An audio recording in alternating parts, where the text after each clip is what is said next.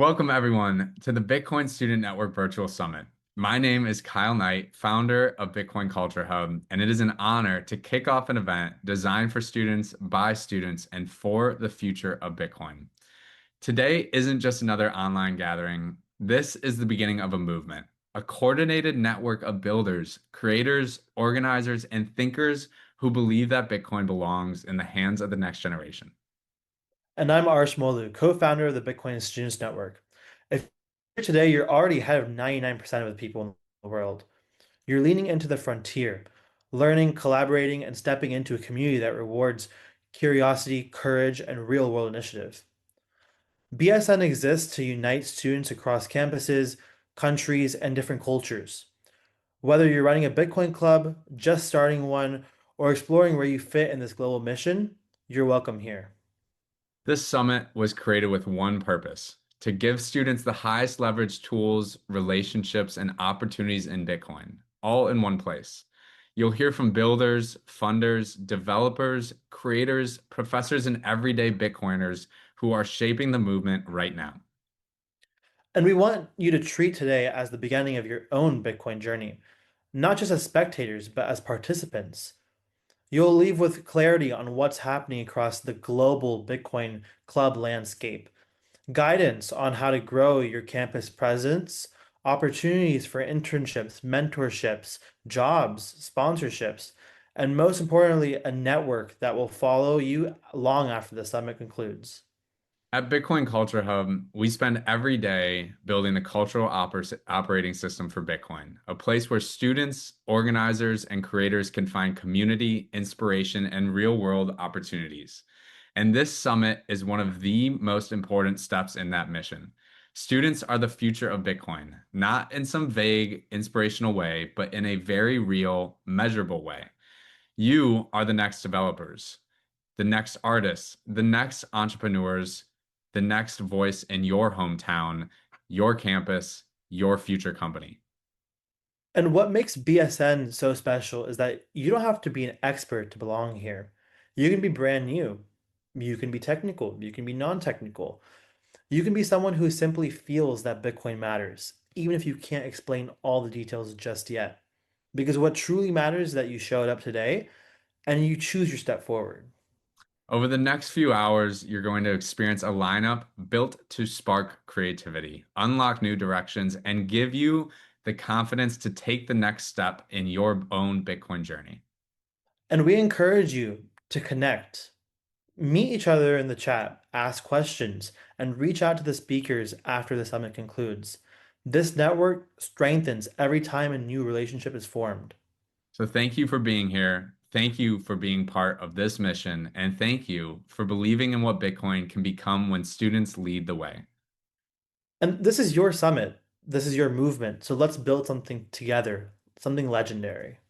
Welcome to the Bitcoin Student Network Virtual Summit, kicking it off with Bitcoin Students Network's General Advisor, Jeff Booth. Let's go. Let's go.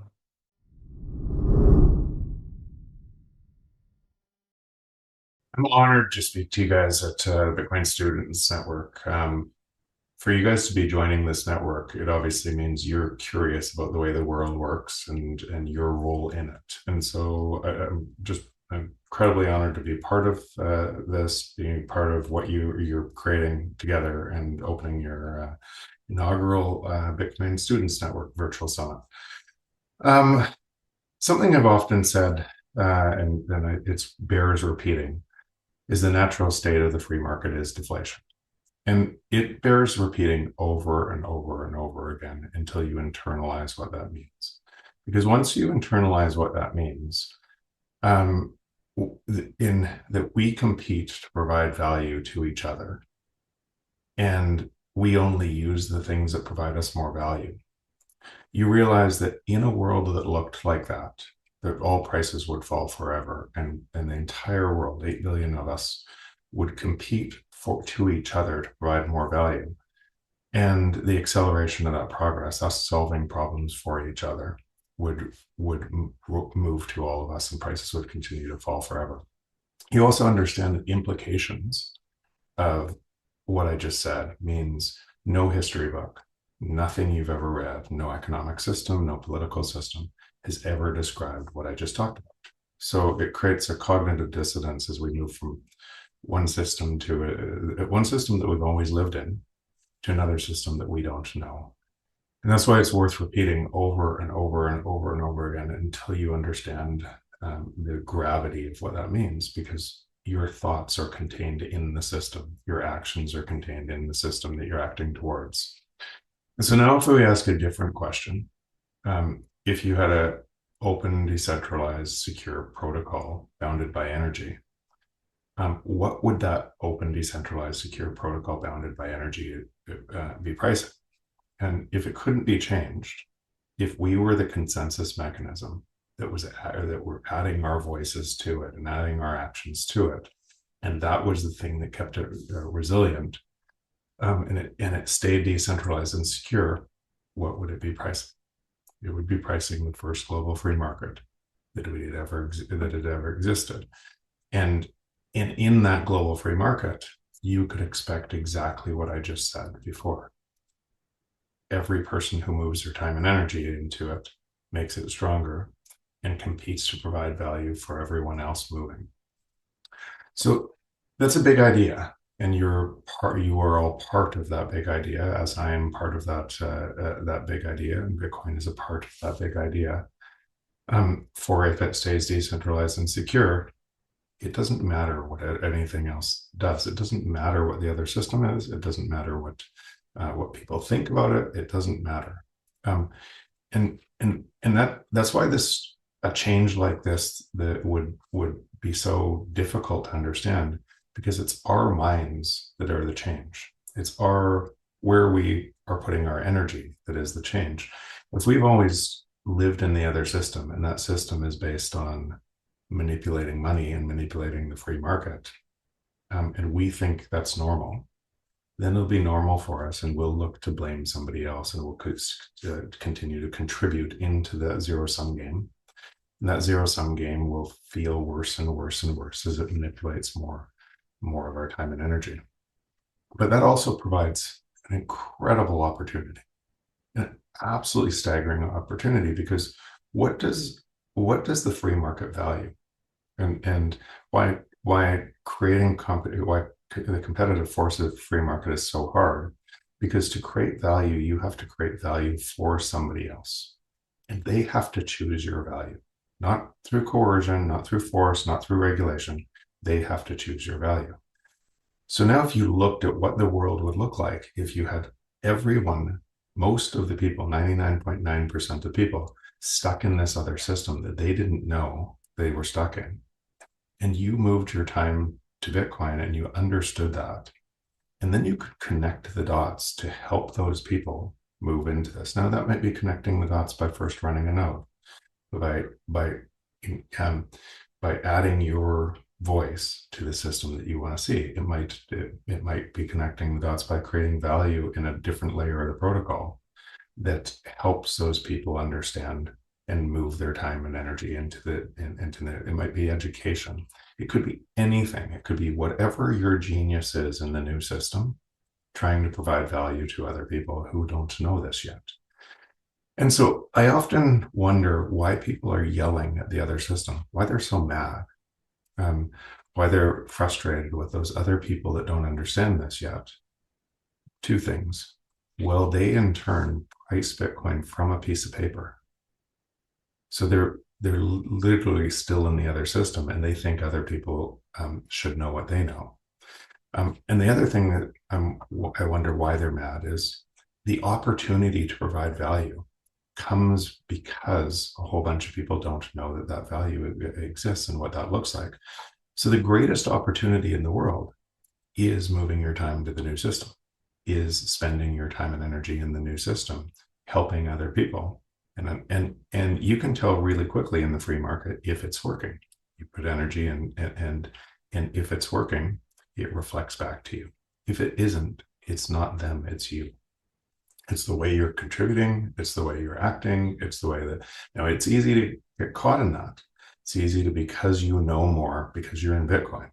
Those other people don't know anything, but we forget 3 years ago, 5 years ago, 6 months ago, we were those other people. And the shift of a system is to the gravity of what we're talking about is not the shift in Bitcoin. It's the shift in us understanding the change that's before it. So you're an intricate part of the free market. You're an intricate part of what you buy. If you're buying everything in fiat dollars, you're spending your time in fiat dollars. If you're yelling at that system, you're contributing your energy to that system as zero-sum game, and it will get worse. The world that system will collapse in time, because it's based on a system of theft that has to steal your time. If you contribute your time or energy to Bitcoin, you'll see the inverse. You'll see a system that it'll get better and better and better over time. And the key is finding your unique genius to contribute to society through a system that must have all of that competition in service of everybody else. So one of the things I'm so sure Bitcoin will win, it's not because of some airy fairy it's going to win, and I don't understand the strength of the existing system and the power it has over us. I believe in us. I believe in each and one of us, and we've always lived in cooperative societies are better. Free markets are more ideas. And we have a choice. Every one of us has a choice to move our energy to this new system. As people understand that they have a choice, they can contribute something that they never could contribute before inside a world that's changing. So with that, I'm going to sign off, but I massively appreciate you. I massively appreciate your curiosity to move your time to this system. You're in time, whether people know your name or not. You are going to impact humanity on the greatest scale that humanity has ever been impacted because of your work on this. Thanks for being on the journey with us. Thanks. Welcome everyone to the Bitcoin Student Network Virtual Summit and to this session on Bitcoin's culture and community. I am Kyle Knight, founder of the Bitcoin Culture Hub, where we're using Bitcoin's culture to accelerate retail and Gen Z Bitcoin adoption. And here with me is Matt Odell. Matt is a longtime Bitcoiner, educator, and community builder, a managing partner at 1031 VC, investing millions into Bitcoin-only projects. He supports the culture through OpenSats, Rabbit Hole Recap, Citadel Dispatch, the Bitcoin Policy Institute, and being co-founder of Bitcoin Park. Matt has spent years helping people understand Bitcoin, privacy, and self-sovereignty. So Matt, thank you for being here. It's an honor and a pleasure. Thanks for having me, Kyle. Great. So to kick us off, I'd love to start big picture and then bring it down to kind of what students and local communities can actually do. So first off, how do you define Bitcoin's culture? I think, as Bitcoin matures, there's a lot of different types of stakeholders, different users of Bitcoin. And that it will only accelerate over time and expand over time. I mean, if we're correct and Bitcoin is the base of a global distributed financial network, then it stands to reason that billions of people will be using this thing and relying on this thing. And obviously, they will not all be aligned. I think the better question is, what is the foundation of Bitcoin culture in terms of early adopters? And I think that has the core of it is radical personal responsibility, and taking control of our lives into our own hands, and moving our communities forward. And I think it's imperative that we keep a strong base in that personal responsibility, because ultimately it's easy to think of Bitcoin as a tech movement. It's easy to think of it as a software project, which it is, but ultimately it's a movement of individuals, and individuals have to take personal responsibility in order for the system to function as designed. And I'm going to bounce around here. Bitcoiners have talked about the need to not be apathetic, to be active participants in the network. Can you elaborate a bit more about how you feel and personal responsibility, how you live that out in your life and believe over the next decade the importance of Bitcoiners who have been in the space for, 5, 10 years now, might need to continue being active participants? I mean, so there's two things here, right? Like the reason I'm optimistic on Bitcoin, and the reason why I've dedicated so much time to it is because what the only assumption that the system really makes to function properly is that every participant will act in self-interest, which is important because if you have any other type of assumption, usually what happens is corruption starts to come into play, and that's where we've seen the loss of trust in the institutions that our society is based in, because those institutions require trust in the first place, and they require people to act with benevolence, and they have centralized individuals that are in control of them, and those people get corrupted. So that's why I'm optimistic on Bitcoin. Now, what I'm optimistic on humanity and people using Bitcoin as a tool, because it's a element for people to leverage personal responsibility to improve their own lives. And it comes from the core of this idea that I don't think anyone is coming to save us. I think if you actually want to improve your life, you have to actually take control of it in your own hands. And I think Bitcoin is a key tool there. Now, in terms of the importance of people practicing that personal responsibility and taking ownership over their belief in the network and their support of the network, I think probably what we're looking at is some kind of intolerant minority. I think that's all that's necessary for the system to really survive and thrive. You can kind of think of Bitcoin's consensus mechanism as a Mexican standoff with everyone having guns pointed at each other. And the beautiful fundamental value prop is that it's incredibly hard to change by default. If you want to make any kind of significant change to Bitcoin, you need a overwhelming majority, which is really hard to measure. So if you have an intolerant minority that believes in Bitcoin as freedom money, that believes in radical personal responsibility, it's pretty hard for network changes that encroach on its ability to be used as a tool in such a way. So that's the key there. I think ultimately, I mean, there's a lot of egos in the space, but I will say personally, like I'd rather hand the torch to the next generation. I think it's hard to be a public figure in Bitcoin and not absolutely lose your mind after I think I'm on the record like 3 years ago saying 5 years as a public figure, you either go crazy or you scam people or you get wrecked. And I'm right now, I think I'm at year 7. So I would rather hand the torch off. And fortunately, through groups like yourself, the youths are very enthusiastic and taking charge, which is really great to see.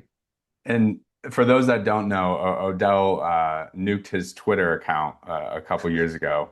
And that had what, 250,000 followers about? Yeah. Yeah. And do you think that, is in line with this thesis of you kind of wanting? Yeah, I mean, the real context behind that is I didn't post to Twitter for 6 months, and my account just kept growing from past activity, Yeah. and it was growing crazy amounts still. So I thought I had to take more significant action, and the timing felt right. But yeah, I think, look, ultimately, like I don't want to be a figure that people look to make decisions. I want more people to take agency over their lives and make their own decisions. And I think it's most important if you're going to be critical of others, it's most important to be critical of yourself the most. And that just goes in line with radical personal responsibility. I think everyone's a little bit of a hypocrite, and it's important to be aware of that and try and reduce your hypocrisy in how you live your life. And it was getting to the point where I didn't really want to be an influencer. I don't want to be an influencer. I don't want my kids to grow up with an influencer father. And Twitter was my only social network, so that hadn't been nuked yet, so it got nuked.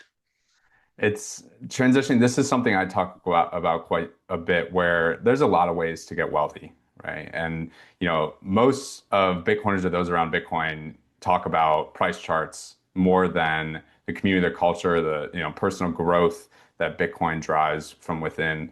And I think that's Bitcoin's special sauce in this fireside chat, specifically diving into the culture and community angle, how do you explain when people say Bitcoin has no intrinsic value, and then Bitcoiners will often refer to the value is in the energy behind the miners and the network itself.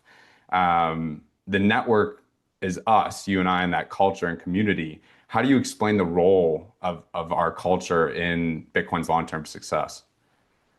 Well, I think I was fortunate to come out of college into Bitcoin, right? So my post-college years was just always dominated by Bitcoin, and my life has only been Bitcoin since then, which I think was really important for my own individual personal growth. And so when I come at it from that perspective, most of my good friends are Bitcoiners. Then something crazy happened, right? So in 2020 and 2021, during the response to COVID, they locked everybody down. But what we saw instead, so let me go back real quick. So I grew up in my Bitcoin journey, started online, but mostly matured in the New York City BitDevs community, which was the first BitDevs in the world. And that really shaped how I viewed Bitcoin and how I viewed my own life. Then 2020 comes around, 2021 comes around, and the response to COVID was to lock everyone down and say, don't meet in person. But with Bitcoin meetups, it was actually the opposite. Bitcoin meetups around the world started popping up, and more people were going to them. And that's when I became even more convinced that in-person connection was the single most important thing. Even outside of Bitcoin, just meeting people where they are, shaking their hands, looking them in the eye, is the single most important thing you can do to improve your community. And that's where Bitcoin Park got born in Nashville, where we wanted to supercharge that. We wanted to have an actual, 2 buildings that were dedicated to Bitcoin, dedicated to community development, dedicated to education. And that just accelerated everything, specifically in the Nashville area, because we saw people of all walks of life come in, older people, farm owners, store owners, plumbers, young people from the local colleges, Vanderbilt and Belmont. And I think when you meet people where they are and neighbors are helping neighbors, that's when you start to see society really flourish. And Bitcoin is a key tool there. But I think it's also important that we don't get so narrow-minded that we think Bitcoin fixes everything and that Bitcoin is the only tool. It just enables us to accomplish goals that were otherwise not possible through community development, through helping neighbors and them helping you back. It's funny, I wonder when it comes to adoption percentages, a lot of people discover Bitcoin through the online or digital realm, but I would argue, many more of those discover it through that word of mouth aspect and through a friend, through, a physical being. And so for adoption, the importance of our local meetups and the student clubs, and talking over, about Thanksgiving at the Thanksgiving table, is critical if you're a curious Bitcoiner and, have the desire. Yeah, I think the diehards are online on Twitter and on Nostr and on the forums and Reddit and stuff. Reddit was big when I was getting started, and so was Bitcoin Talk.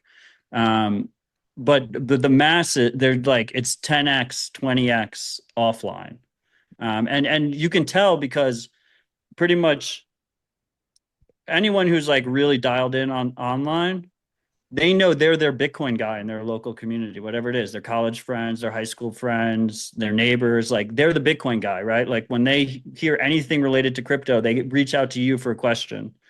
Those people aren't in the online community. So each person that's online, maybe they have, 10, 20, depending on how social they are, touch points offline.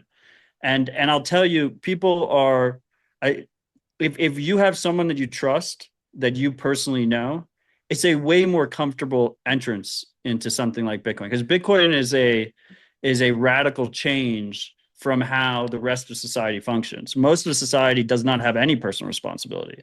Most of society is like bumpers at a pool hall, right? Not a pool hall, at a bowling place. And they have padded walls, and they make sure that they make every decision for you, and you don't really have much agency over your life. So for people to flip that switch, it's really important that they have a guiding hand, that they have someone they can trust, that they actually can see in person and have conversations with.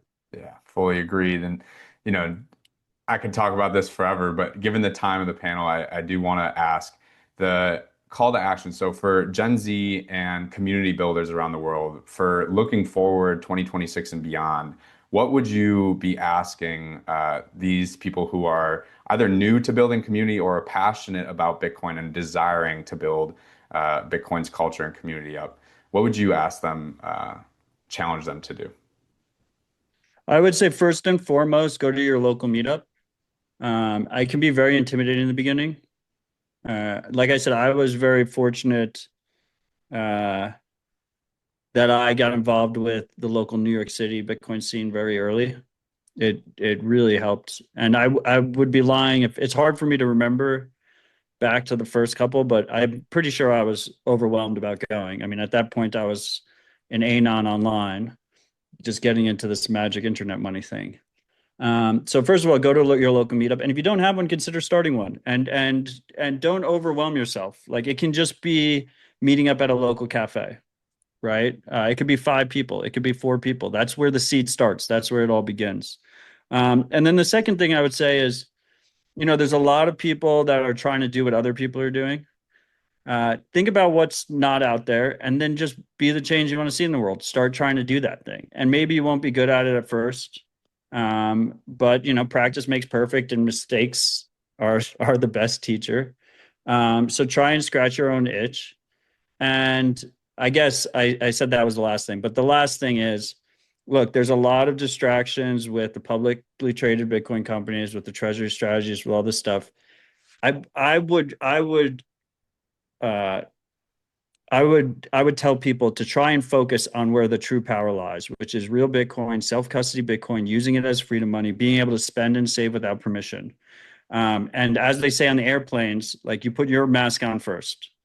Like, you get used to the tools, you get comfortable with the tools before you start trying to help others. I know everyone wants to help others. There's a lot of people out there that want to help others, but take care of yourself first, and then the rest will come. I love that. At UCLA, I had some people say there's not a lot to do in Bitcoin, and I would entirely disagree. Everything that there is in fiat, there is to do in Bitcoin. So if there's any passions or hobbies of yours, bring that over to Bitcoin, embrace your unique self, and fully adopt this orange world. But Matt, thank you very much for your contributions to the Bitcoin Student Network Virtual Summit. Where can people reach you and find you? My contact information is at my personal website, odell.xyz. And you can find me on Nostr, primal.net/Odell. Amazing. All right, everyone. Enjoy the rest of your panel or summit, and looking forward to seeing you soon. Bye.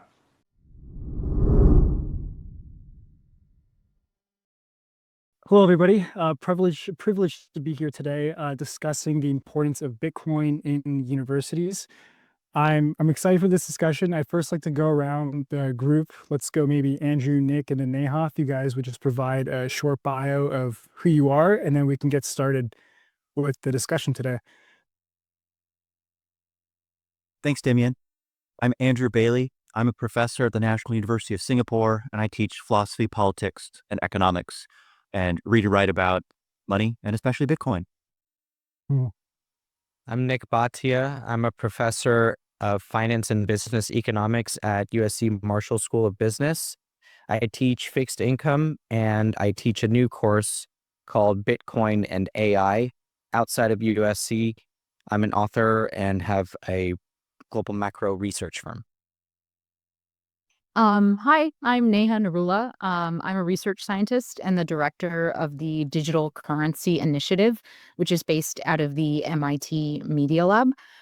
We work on cryptocurrency design and research, and we are teaching a class this semester at MIT.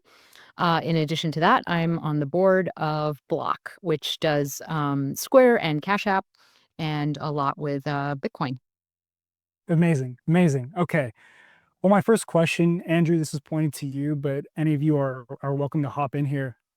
So, Andrew, you teach across a variety of subject fields. I was browsing your recent lectures, and I was seeing philosophy, religion, I was seeing money, and the philosophy of death. So I want to ask you, how does Bitcoin fit into your course curriculums? And then what does that mean about how Bitcoin in general fits into academia? It might look like a motley crew of topics to teach. In a way, it is. But here's the golden thread that unites them. These are topics that students actually want to talk about.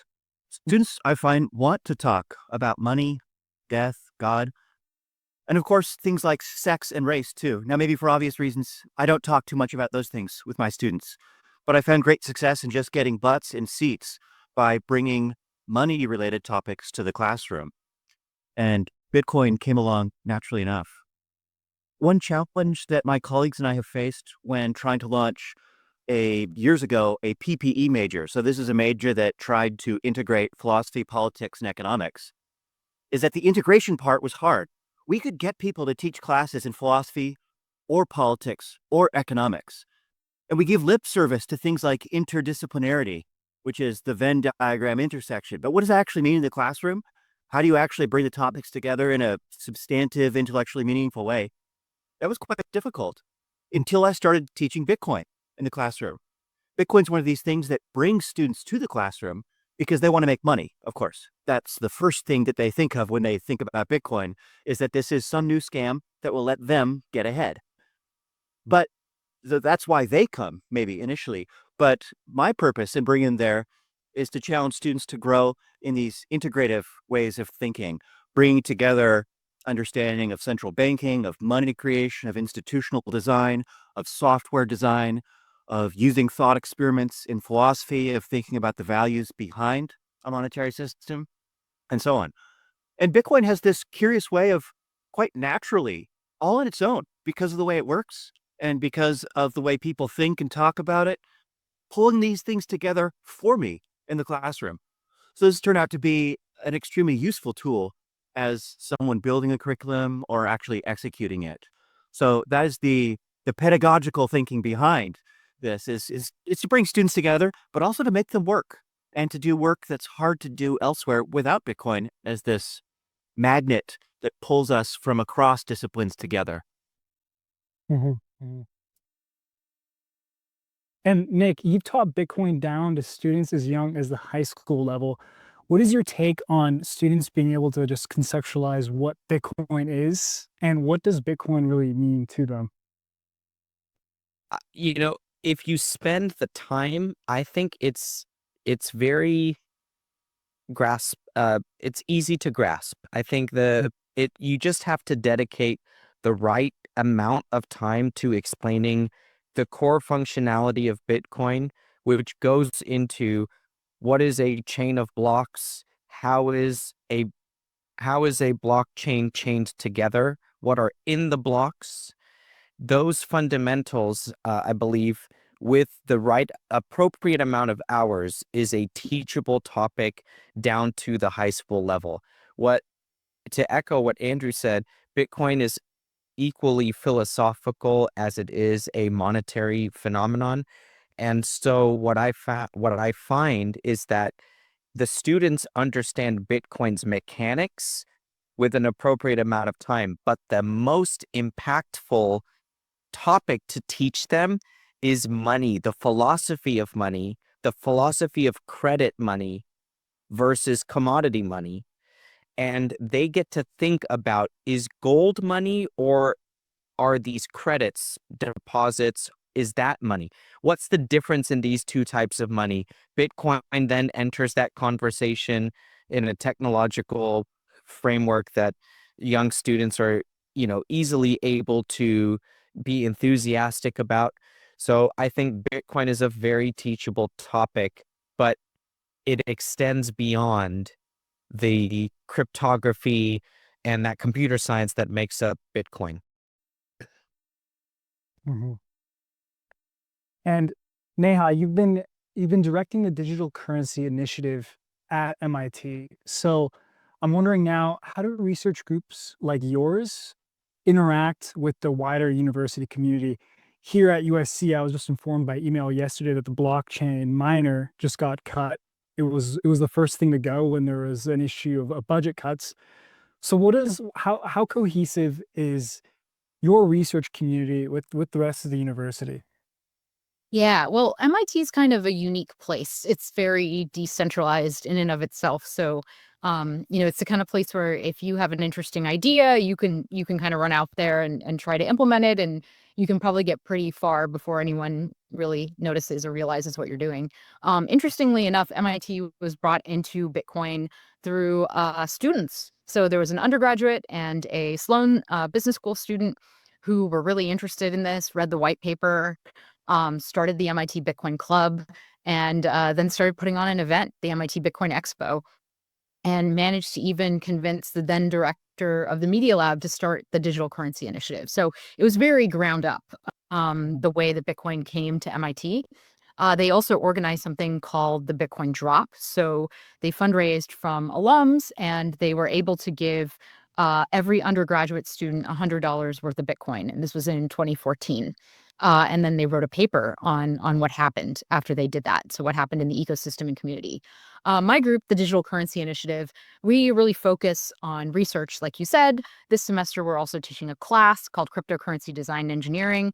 And I think one of the things that's really struck me, just to kind of echo what Nick and Andrew were saying, is the interdisciplinary nature of this area. People come to it through anthropology, economics, finance, all the different areas of computer science, security, theory, networking. It really touches a lot of different fields, political science even. And so that's been really interesting to see, and to see the people who reach out and who want to connect and who want to do more. You know, at a place like MIT, all that we can really do is be available, try to hold events, try to be a resource, which we do, try to form collaborations.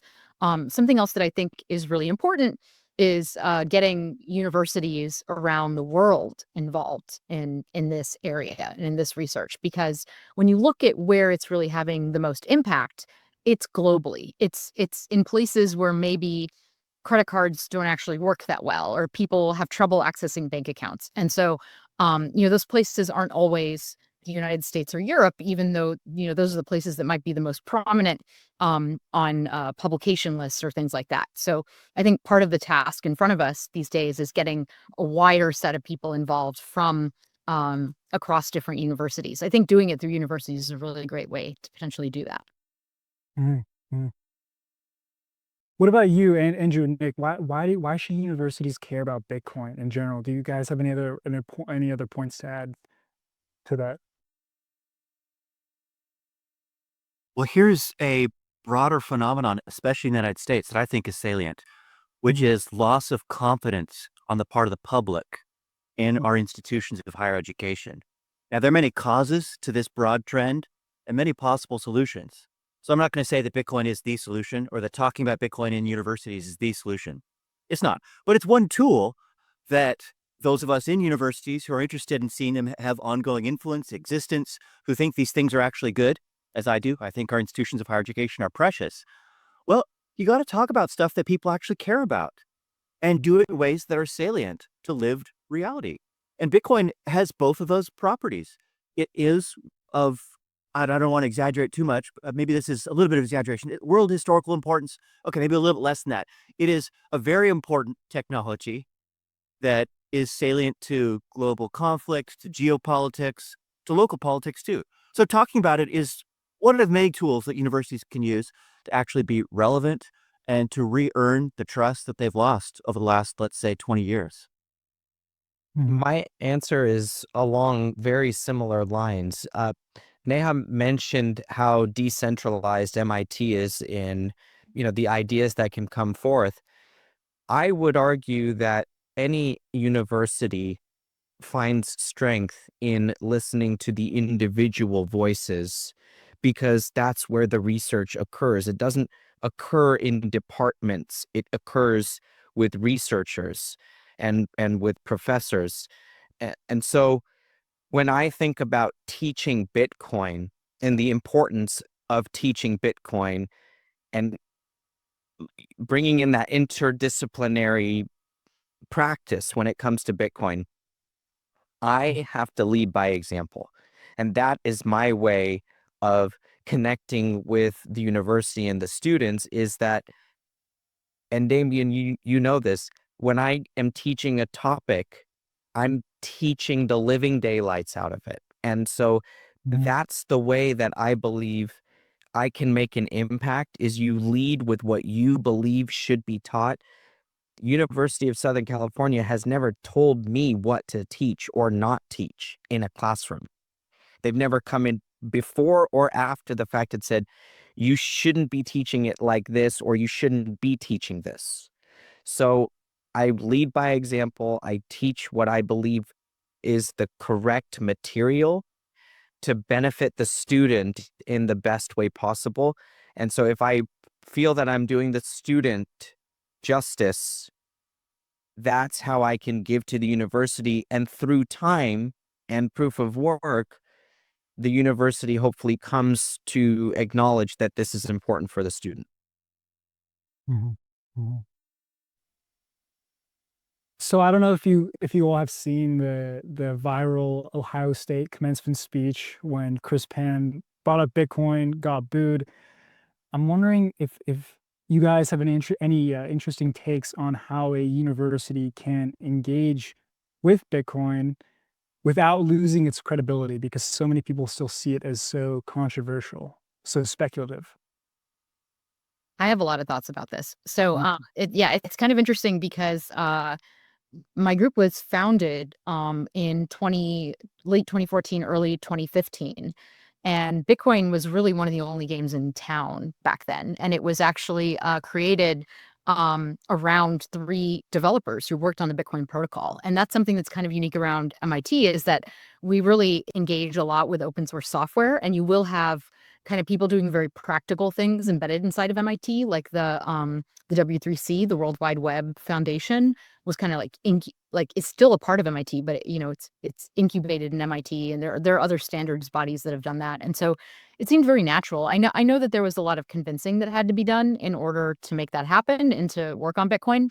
I think it was actually a lot easier 10 years ago because it wasn't as big as it is now, and almost as controversial as it is now, but it was still kind of controversial. There was a reputation that Bitcoin was just used for criminals or something like that on the dark markets. And I think the way that we approached it was really, look, this is open source software, and this is real. Like, there's real interesting intellectual ideas behind this. The concept of decentralized systems and consensus. Like, we're actually creating, like, we're developing new ideas and creating breakthroughs, and that's happening out there in the wild, and universities need to be a part of it. Like, universities can be a place where we formalize this, where we can kind of sift through what's real and what's not real, where we can train the next generation. So I think as long as we stick to and focus on what we think is really interesting about this, and like Nick said, that's kind of one of the benefit of universities, is that once you're part of one, you get to decide that for yourself, which is really cool. It's not going to be told to you top down. So there's a lot that you can do yourself. But I think if we focus on what's really interesting and groundbreaking and make that argument to people, it makes a lot of sense inside the university environment. Mhm. Mhm. 3 words came to mind with this question. Do the work. You can approach Bitcoin as a dilettante or as just some coin pamper who's trying to make number go up. Or you can actually do the work. You can abide by the real standards of your field, and these will vary widely from field to field, from place to place. But every field has standards, and you basically know these if you've made it very far at all. And the choice is yours, whether to follow those or not. So this is kind of like if you're in, I don't know, medieval Paris. Are you going to write in Old English or French? No, you write in Latin, because that's what the scholars of the time write in. So for the academy, that means publishing in peer-reviewed journals. That means publishing peer-reviewed monographs. That means talking to academics. And yes, you have to jump through their hoops.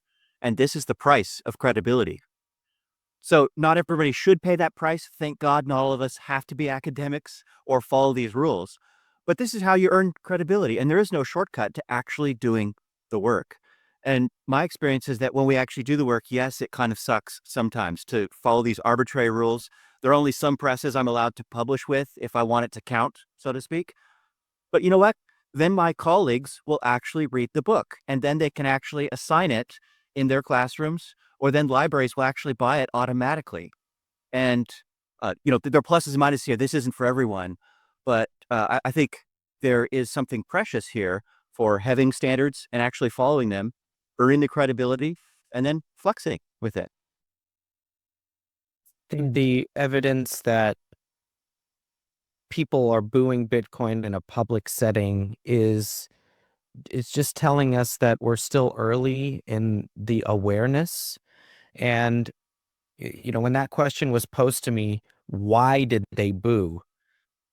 It's a deep, dark, answer that I think only time will heal. And why Bitcoin isn't understood and then booed is its own phenomenon. And so I just think that teaching this as a technology and getting outside the United States in terms of trying to explain it to people, these are very important things to break through some of the misconceptions about Bitcoin. Mhm. This was the most amazing, concise dump of knowledge I've witnessed in a long time. We have a couple minutes left, so if any of you want to take this, what would a Bitcoin supportive university look like? Are we talking about like courses, research groups, organizations, like majors themselves? I know at USC there was talks of creating an entire blockchain major.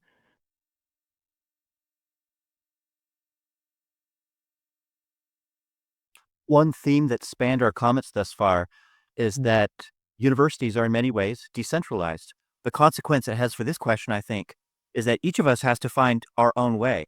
This is not something that would work if a university president or a provost or a dean or even a department chair said by edict, we're going to be the Bitcoin University now, and here's how it's going to work. No, students, faculty, staff will each find their own way. My own way has often been incremental. So I started with a class on money more generally, with a week on Bitcoin.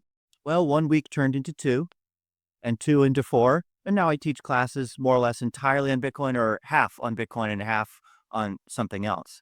So I just did this myself. You can just do things. And thankfully, this is still true, even within universities. As weird and archaic as these institutions can be, we have a great deal of flexibility. So we each find our own way, and often that's incrementally. Yeah, I want to double down on that we can, you can just do things and it really should be done, I think, best in a ground up kind of a way rather than a top down way. Maybe the right answer is a major in some places, experiment with that. Maybe the answer is actually it's best to approach this from within the existing disciplines and, people figure out how to integrate it into what they're teaching and it's more like part of a module of a course. So I think we should experiment with a lot of different ways and see what works and what people respond to. I taught traditional finance at USC for a few years before I wrote a book about Bitcoin. It was also about money, but it was only after leadership at the school read that book did they ask me to teach Bitcoin. So it doesn't come from top down. I had to write something first, make it interesting and make it teachable. Now it's taught at USC, but it's because I wrote something first. So it really does come down to putting in that work. Mhm. That is truly the Bitcoin spirit. Amazing. Thank you guys so much, all of you, for your insights today. I think this panel went really well. Thanks for having us.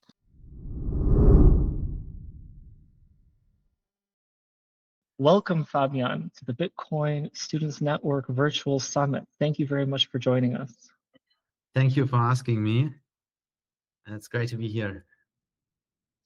We're highlighting you today as part of our Dev Career Pathways. So I understand that you've been a student participant of the Summer of Bitcoin program, and you got to work with an excellent senior Bitcoin developer who was able to mentor you. Why don't we start off just by introducing yourself, where you went to school as a student, and how you first heard about the program? Yeah, great. So I'm here in Berlin, in Germany. I grew up in the Rhine-Main area. It's close to Frankfurt with the big stock exchange. You might know the city. And after that, after finishing school, I decided to move to Berlin. and I started to study a special degree that is only available at the Technical University of Berlin. And it's kind of a union of multiple subjects. It's like you have maths, physics, and computer science, and you can choose all different courses from that union.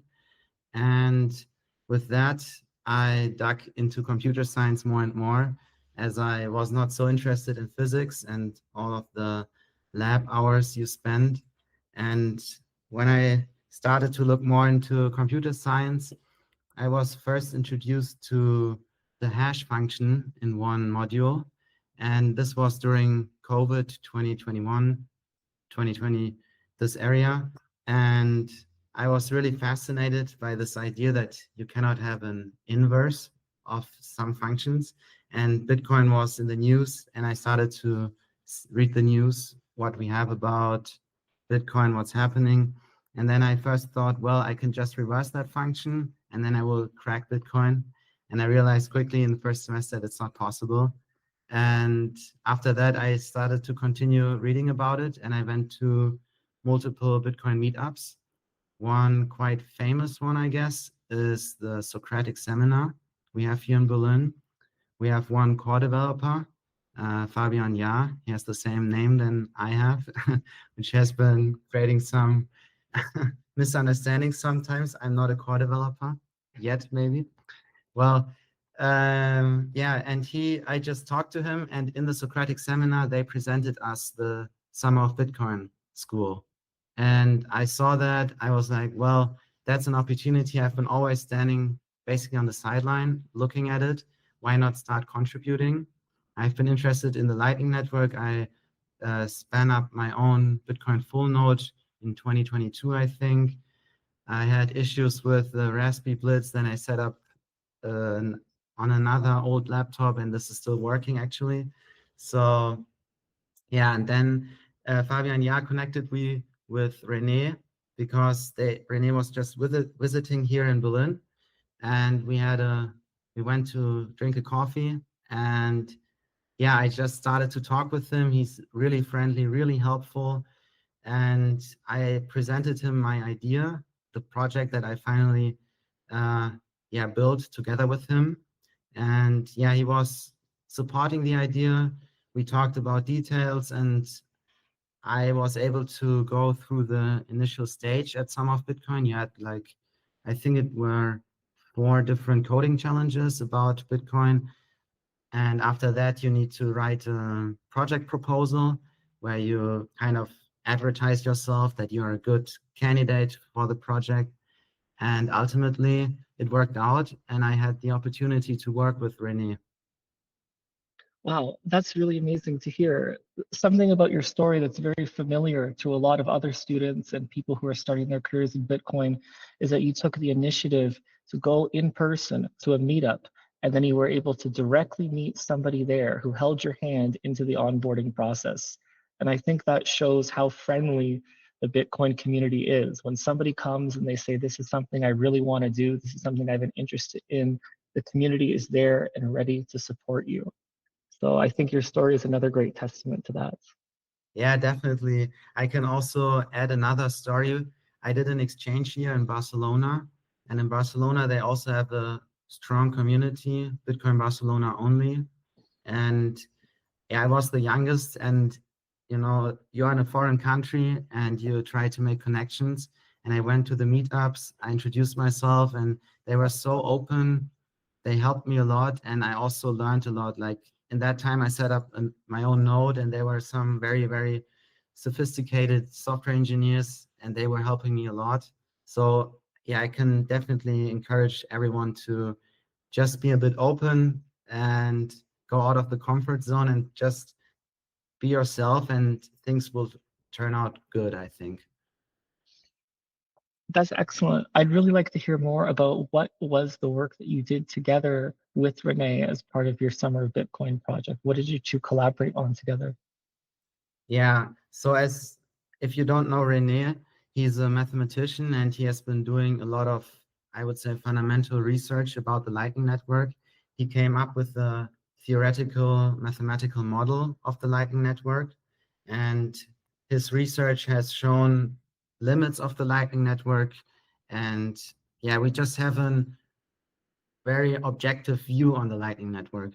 And there's also the practical side where you have thousands of nodes, tens of thousands of channels, and they all produce data every second, basically.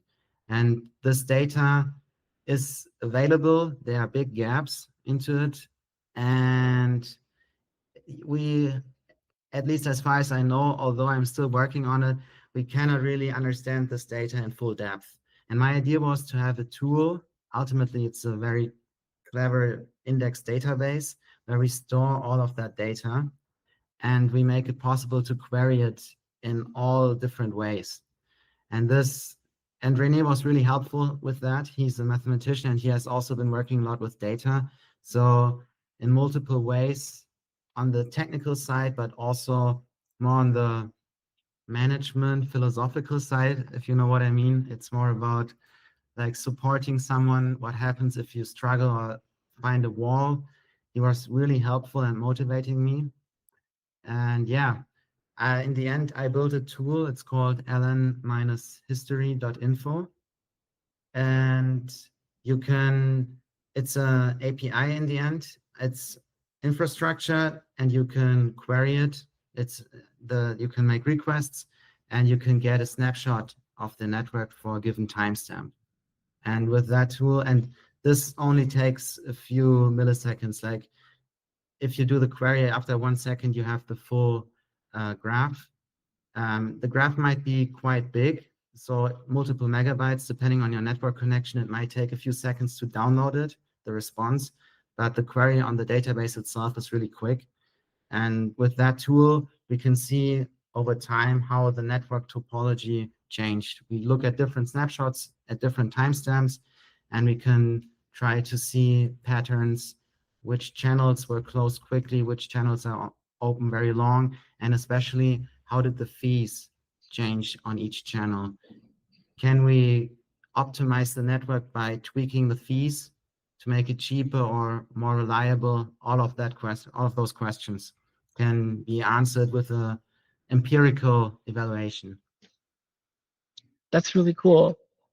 We're going to put up a nice URL on the screen so that students and viewers can go live to the website and play with what you've built and make sure that's shared with the community. Great, yeah, thanks. Do you have any closing remarks for other students out there who are interested in just getting started in Bitcoin development?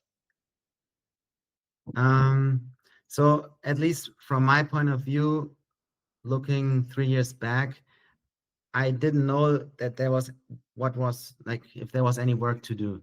Like you see all of that work happening, but you think like, yeah, they are almost done. I cannot really contribute. And as soon as you enter that and actually have your own project or start contributing, do pull requests to other projects, you realize that there's so much to do and that you don't know how to get the time to continue working on those projects. So the best idea is first get to know people in person. And after you have some connections, people who know you, you can ask them. There are always seniors who have an overview of what to do. They help you. And at some point you are so motivated and you like have your own baby with your own project or your own pull request, your own feature that you just want to contribute on it in your free time. And maybe at some point professionalize in it. You learn with that a lot. Bitcoin has so many different topics, especially in software engineering, that you can learn. Yeah, it's a very, very good opportunity. Thank you very much, Fabian. I know the entire Bitcoin community is so grateful to have you working on this great project. Hey everyone, my name is Janie England. I'm from Star Valley, Wyoming. I am studying communications at BYU, Idaho, with an emphasis in organizational leadership. My journey with Bitcoin started from the idea and curiosity about how innovation and policy intersect. And this curiosity led me to some really exciting opportunities and experiences.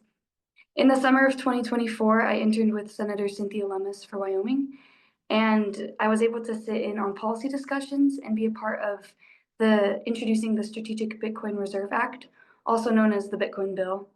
This experience showed me how important it is to have people in government that truly understand the technology behind something like Bitcoin. This past summer of 2025, I interned with the Bitcoin Policy Institute's research program, where I had the chance to write a white paper studying strategic Bitcoin reserves in a global context. So I researched strategies, holdings of Bitcoin in Bhutan, Ukraine, El Salvador, and the United States. It helped me see that Bitcoin isn't just a financial system, but it's also a movement that challenges us to think differently about energy, governance, and individual freedom. I'm currently working to bring that momentum to my school in my community. I hope to grow a Bitcoin network within BYU and BYU Idaho. My goal is to connect students who are curious about Bitcoin, whether from a technical, economic, or philosophical angle, and create a space where this education can lead to real impact. What I've learned through all of this is that Bitcoin grows when people collaborate and stay curious. I learned so much about the policy process, Bitcoin mining, the uniqueness of Bitcoin's blockchain, and all the different pieces that work together to make Bitcoin successful. I hope to continue building bridges between policy, research, and students.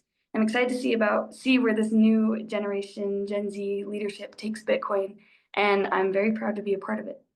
So, thank you. Hello, my name is Lisa. I am half Salvadoran and half Japanese, but I was born and raised in Mexico. I recently graduated from Sophia University in Tokyo, where I founded Givers in November 2022. I am currently interning at Tokyo Bitcoin Base while serving as an advisor for Givers, which is a student-led volunteer organization in Japan. Our activities focus on three main areas: environmental activities, child education, and animal adoption, as well as Bitcoin education for Japanese university students. Each year, we also travel to El Salvador, mainly to communities in the Ahuachapan region, where we bring around 10 Japanese students to support local education. We teach English, Japanese culture, Bitcoin, and entrepreneurship to children and youth in impoverished areas. This work matters because we're using the privileges and opportunities we've been given to support children who face greater barriers in achieving their dreams. Our mission is to help them break the cycle of poverty through education and financial freedom, tools that can open real opportunities for a better future. Even though starting this project was scary, it became one of my best decisions of my life. I learned how to manage and motivate over 200 students, and I gained valuable insight into the human realities in both Japan and El Salvador. Every member taught me something new, whether academic knowledge, working with children, approaching people, or communication with companies. This project helped me grow as a leader and as a person. Giver is working hard to continue creating changes. We're now entering in a new stage, which is becoming an NGO so we can expand our impact, educating more people, promoting financial freedom, and bringing hope to children and women in vulnerable communities through Bitcoin and education. None of this would have been possible without the people who supported us financially, academically, and emotionally. On behalf of Givers, I want to express my deepest gratitude. Thank you for believing in us. We will continue to show our proof of work and aim for an even greater one in the near future. Thank you. Hello, everyone. My name is Pedro, and this is JP, and together we run the Bitcoin Students Network Node at Titam in Mexico City. We launched the node at the start of 2025, and it's been growing steadily since day one. Our first meetup focused on the basics, why Bitcoin exists and the problem it addresses. Later on, we hosted another meetup, hosting SuperTestNet for a hands-on Lightning workshop. During that session, we built a simple betting game. Two sides choose a team, an oracle decides the winner, and sats move automatically based on the result. Yeah, and beyond the technical workshops, we also host casual meetups where the only goal is to talk about Bitcoin over pizza. Our group chat has passed 130 members, and engagement has been strong enough that we added a small incentive. Share a genuinely good Bitcoin fun fact, and you get a few Satoshis. And now, this month, we are hosting a talk about the intersection of Bitcoin and AI. It addresses how changes in technology can shift how people think about money. And we are also working on bringing in some of Mexico's most active Bitcoin builders for future sessions. Yeah, and being part of the Bitcoin Students Network has been an extremely rewarding experience. Even though Bitcoin adoption is still early, creating a space where students can learn, build, and experiment directly with the technology has made the TAM node something we're extremely proud of. And finally, we want to close by thanking Ella and everyone leading the Bitcoin Students Network. Their work is what makes all of this possible, and we are grateful to be part of this first summit.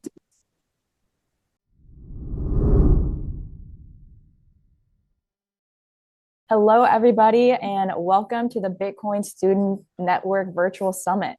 On this next panel, we'll be talking about building startups in the Bitcoin ecosystem, and I want to start by doing a brief introduction of the three panelists we have today.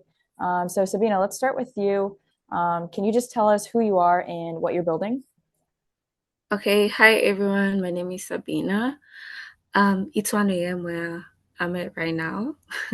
So I'm building Tando, and Tando is a mobile app that allows anyone in Kenya or anyone who comes to Kenya basically to spend Bitcoin anywhere M-Pesa is accepted in the country. So M-Pesa is our version of mobile money, and we achieve that by marrying the Lightning network, with the local mobile rails so that anyone can be able to use Bitcoin as money.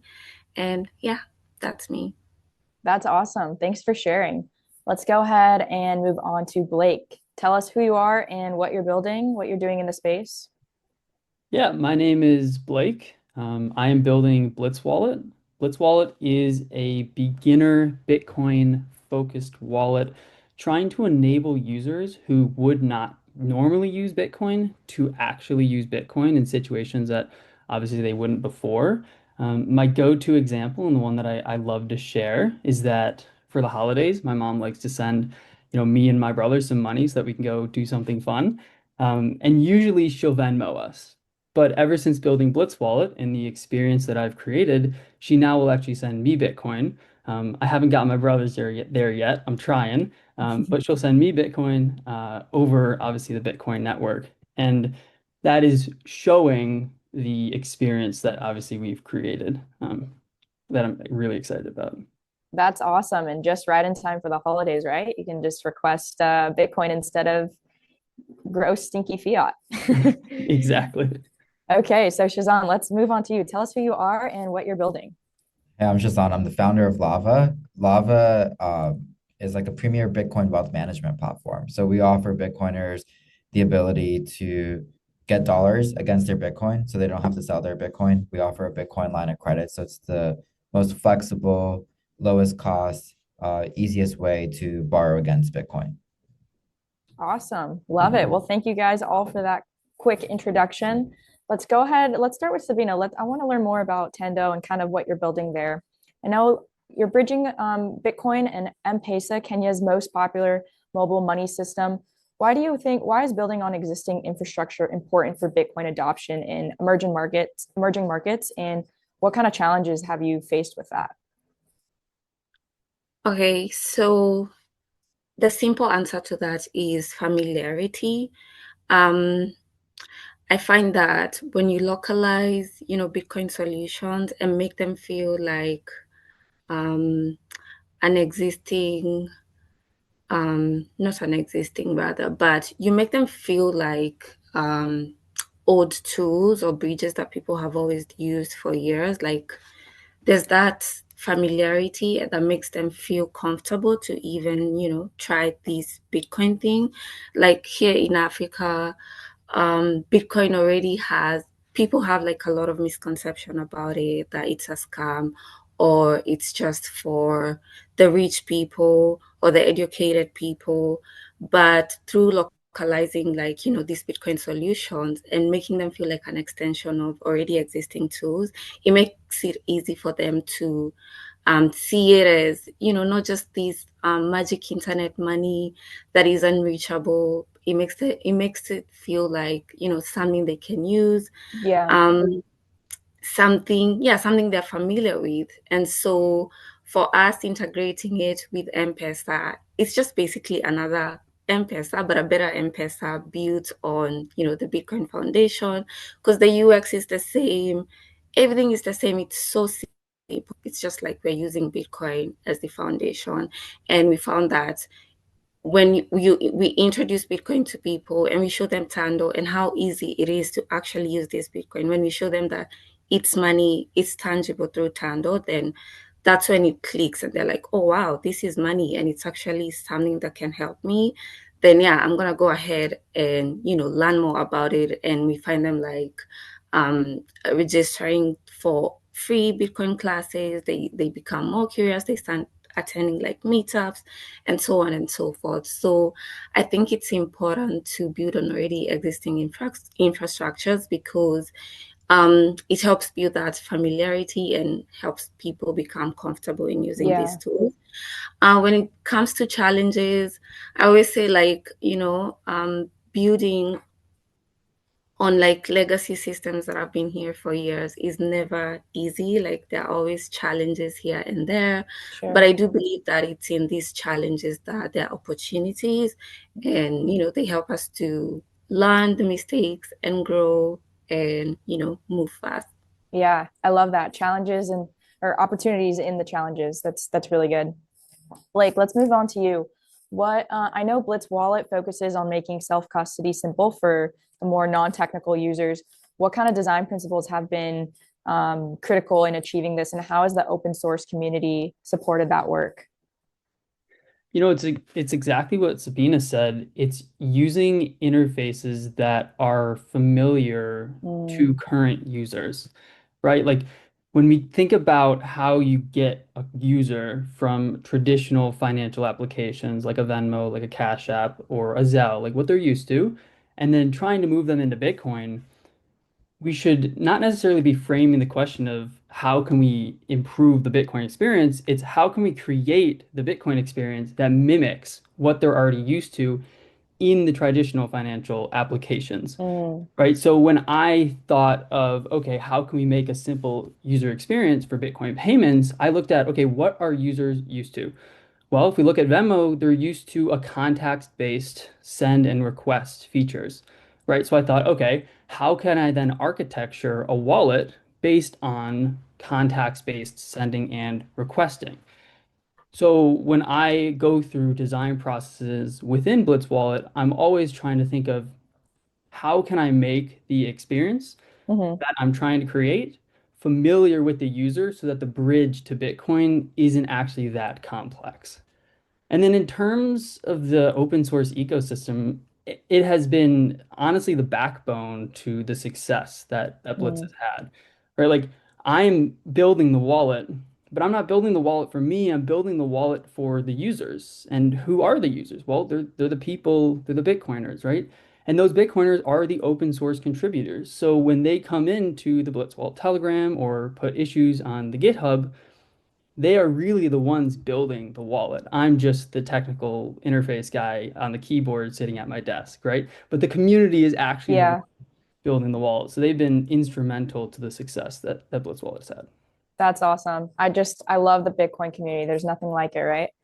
Okay, so Shazan, Lava allows people to borrow against their Bitcoin without selling it. Who do you think is your target customer, and what kind of real world problems are you solving that couldn't be addressed before with that? So we've had a lot of different types of users use Lava over the years. I can go and maybe share some personas and why people use it. So we've one of the biggest use cases for Lava is either buying a house or financing a down payment, because a lot of Bitcoiners, they've saved their way through wealth. One of the most interesting things about Lava is a lot of our users don't really have high paying jobs, but the reason they have accumulated this wealth is through saving. And I think that's really inspiring because it shows that there's a path to financial freedom that's through saving, not gambling. And I think that's a big part of what Bitcoin is about, being sound money. So a lot of our users, they've unlocked this wealth through their Bitcoin savings. They want to borrow against it so they can keep Bitcoin's upside, still be aligned with Bitcoin, but make those dream purchases that they want. So buying a house is huge because actually a lot of Bitcoiners find it really hard to get a mortgage the same way that because their incomes might not be as reliable and relative to their wealth. Sure. Down payment financing is huge, especially since housing prices have increased so much.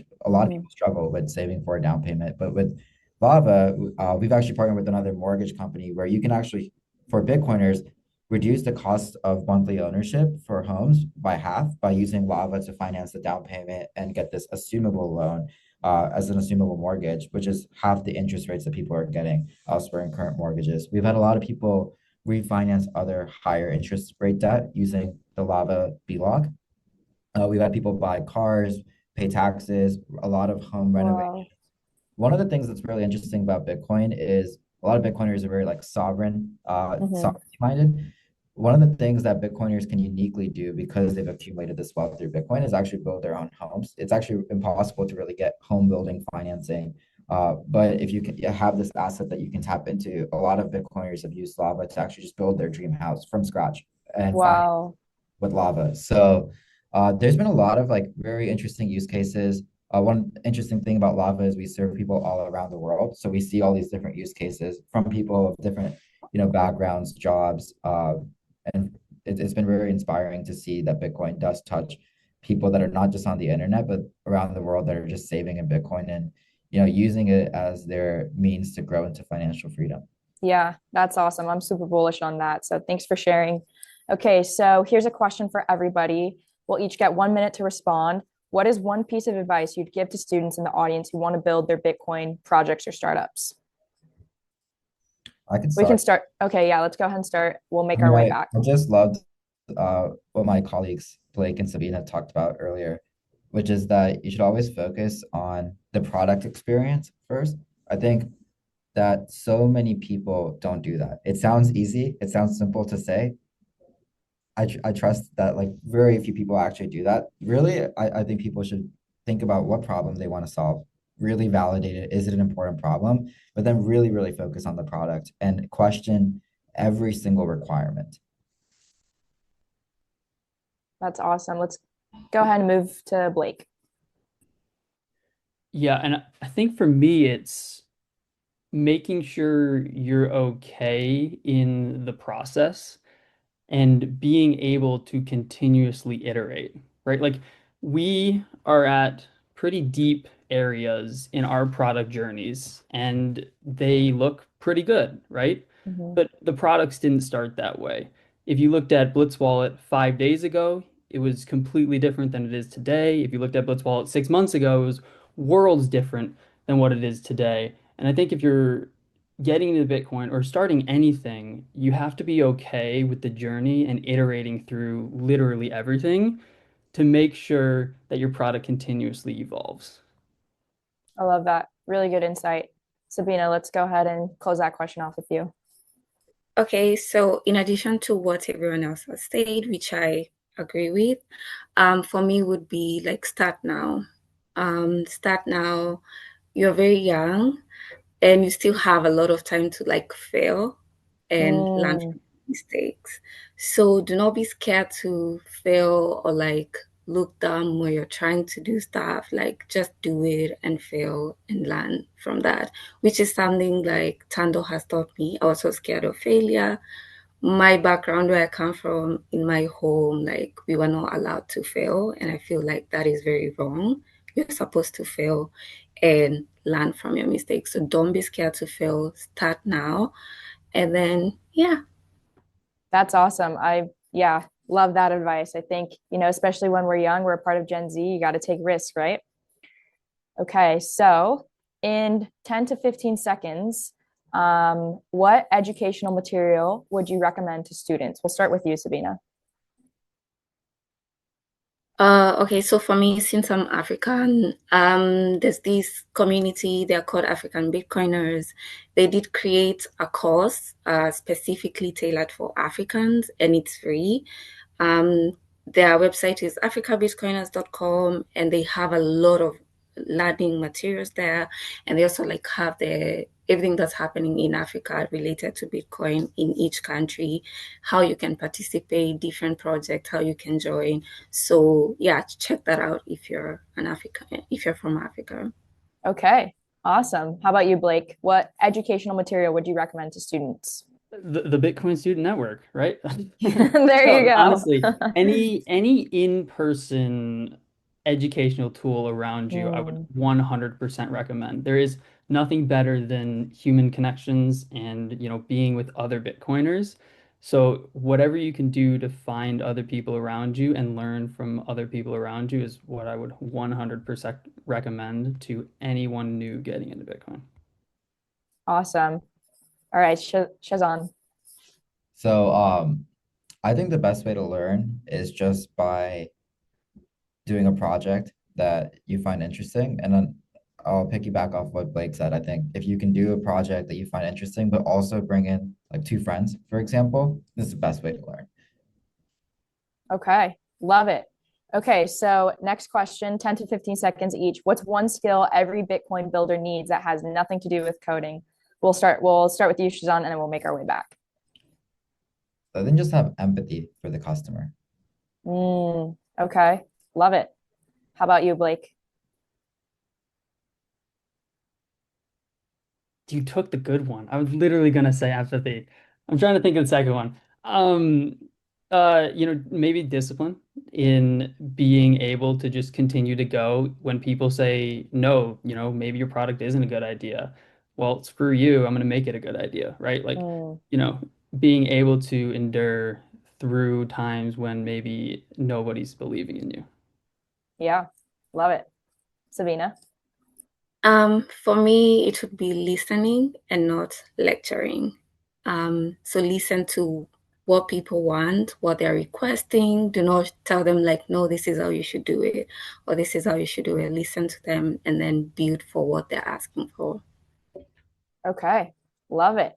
If you could go back and give your younger self one piece of advice before starting your company, what would it be? We'll start with Sabina. It's like don't be scared to fail and just say yes more. Say yes to a lot of things. Yes. Love that. I think that's such great advice. Just say yes to as many things as you can when you're young and trying to build in this space or really any space. How about you, Blake? If you could give your younger self one piece of advice before starting your company, what would it be? Remember that you chose to pursue this path, right? Like sometimes it's going to be really stressful, and especially on the wallet side when you're working with people's funds, right? Like it can get stressful sometimes. But I chose to do this. So remembering that you chose to do this, so in those stressful times, it's not necessarily about the stress. It's about, okay, how can we get through this and continue to build a better product? Thank you. That's great. Shazan? Sometimes it's really easy to just get locked in. I think it's always good to just question everything. Then take some time every week, question everything you're doing, why you're doing it, every requirement on the product you're building. I think that can help you find like truth faster. I love that. Okay. Next question. In 10 to 15 seconds, what's the biggest misconception people have about building a Bitcoin startup? Start with Shazan. I don't actually know that many people who have misconceptions about building a Bitcoin startup, so this is hard. I think maybe the one thing that I will say is I think a lot of people that are building Bitcoin companies focus on just the internet Bitcoin community, mostly on social media. This was the most surprising thing to me, and I think it's actually the most inspiring is there is a lot of Bitcoiners out there, people that are not on, just Twitter or social media. And I think it's really important to talk to the variety of users out there in the world and not just be super pigeonholed. Social media is not always the best sounding board for your ideas. And so I think a lot of people don't realize how big Bitcoin is. Okay. Yeah, I love that. How about you, Blake? I don't know if it's necessarily building on Bitcoin, but maybe that the Bitcoin community is toxic, right? Like kind of, but honestly, it's more just about voicing opinions and, toxicity and voicing opinions is just how you receive it, right? So Yeah. if you can go in and pitch your ideas to people and be okay with someone saying like, hey, this is bad. Like, yeah, if someone tells you that's bad, that's not toxic, right? That's just, Yeah. okay, how can we make it better, right? Yeah. So I would say the biggest misconception is that, the Bitcoin community is toxic. I would just say they're very feedback willing. Yes. Love that. Okay. And Sabina? For me, it would be that you have to be a technical person to build in the space. That is not quite true. Whatever skills you have, whichever way you can contribute, whether you're a teacher, a marketer, a designer, like you can build on Bitcoin. It doesn't matter if you know how to code or not. That's awesome. Yeah, I completely agree. Bitcoin is for everyone. Okay, so can I just have each of you give one final takeaway for the students watching in 20 seconds or less? We'll start with Sabina. Wait, can you come up again? Just one final takeaway for the students watching. One final piece of advice. I know you iterated, take more risks, say yes to everything, but maybe expand on that in 20 seconds or less. Yeah, just circle back to what I said. Basically, say yes more. I feel like you get to learn a lot by just opening yourself up to, so many possibilities. Do not limit yourself to one thing. I feel like Bitcoin expands your mind. It expands you in ways you never thought. Like you're so much capable of like a lot of things that you don't even know yet. So say yes, don't be scared to fail and just like do it and start now. The earlier, the better. Yes, completely agree. Blake? Make sure what you're doing is something that you're undeniably passionate about. Like I am so passionate about Bitcoin and its ability to actually help the world. And that is what drives me every single day to work extremely long hours in order to build this product, right? If I didn't have that passion, I would have gotten burnt out long ago. But that passion is what keeps me in the game. So make sure if you're getting into Bitcoin and especially building in Bitcoin that you actually have a passion and a belief in Bitcoin itself. Absolutely, completely agree. And Shazan? Stay curious. I would say that it's very easy to lose curiosity as you grow older and as you get into the workforce and kind of just be like less open-minded. I'd say always stay curious. Yeah, love it. Well, guys, this has been such a great conversation, and I think our students are really going to gain some good insights from the three entrepreneurs that we just heard from. I think the three kind of takeaways that I got from this is to take more risks and start now, be incredibly obsessed and passionate about whatever it is you're building, and stay curious. I love that. So if you guys would love to learn more, you guys can follow these three individuals at the Bitcoin Student Network, and we'll have some more amazing panels coming up. So definitely stay tuned. And yeah, thank you guys for joining.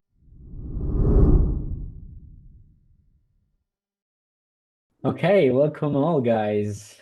So we have this panel, Building Your Layer Zero. I'm Francesco Pelle. I'm the president of Bitpolito. That is a student team from Polytechnic of Turin in the north of Italy. We do basically education and open source development on Bitcoin. And our goal is to bridge Bitcoin university students, with the Bitcoin industry to let them put hands on practice. I'm super excited to be with you all guys here. Thank you for joining us. I will leave you some space to introduce yourself and what you're currently working on. So who would like to start? Queen, you want to start? Marcel, sorry. Yeah. Okay, sure. So my name is Lauren Marcel. I am from Kenya, Nairobi specifically. I am building a safe space for African females to learn about Bitcoin. So we basically train them on financial education and we leverage on Bitcoin to do so. So under Bitcoin Dada, so that's Bitcoin Dada. Under Bitcoin Dada, we have another program that is called Dada Developers. So Dada Developers is also another safe space for female engineers from Africa to learn about Bitcoin development and open source. I've been in the Bitcoin ecosystem for, I think, 4 years now.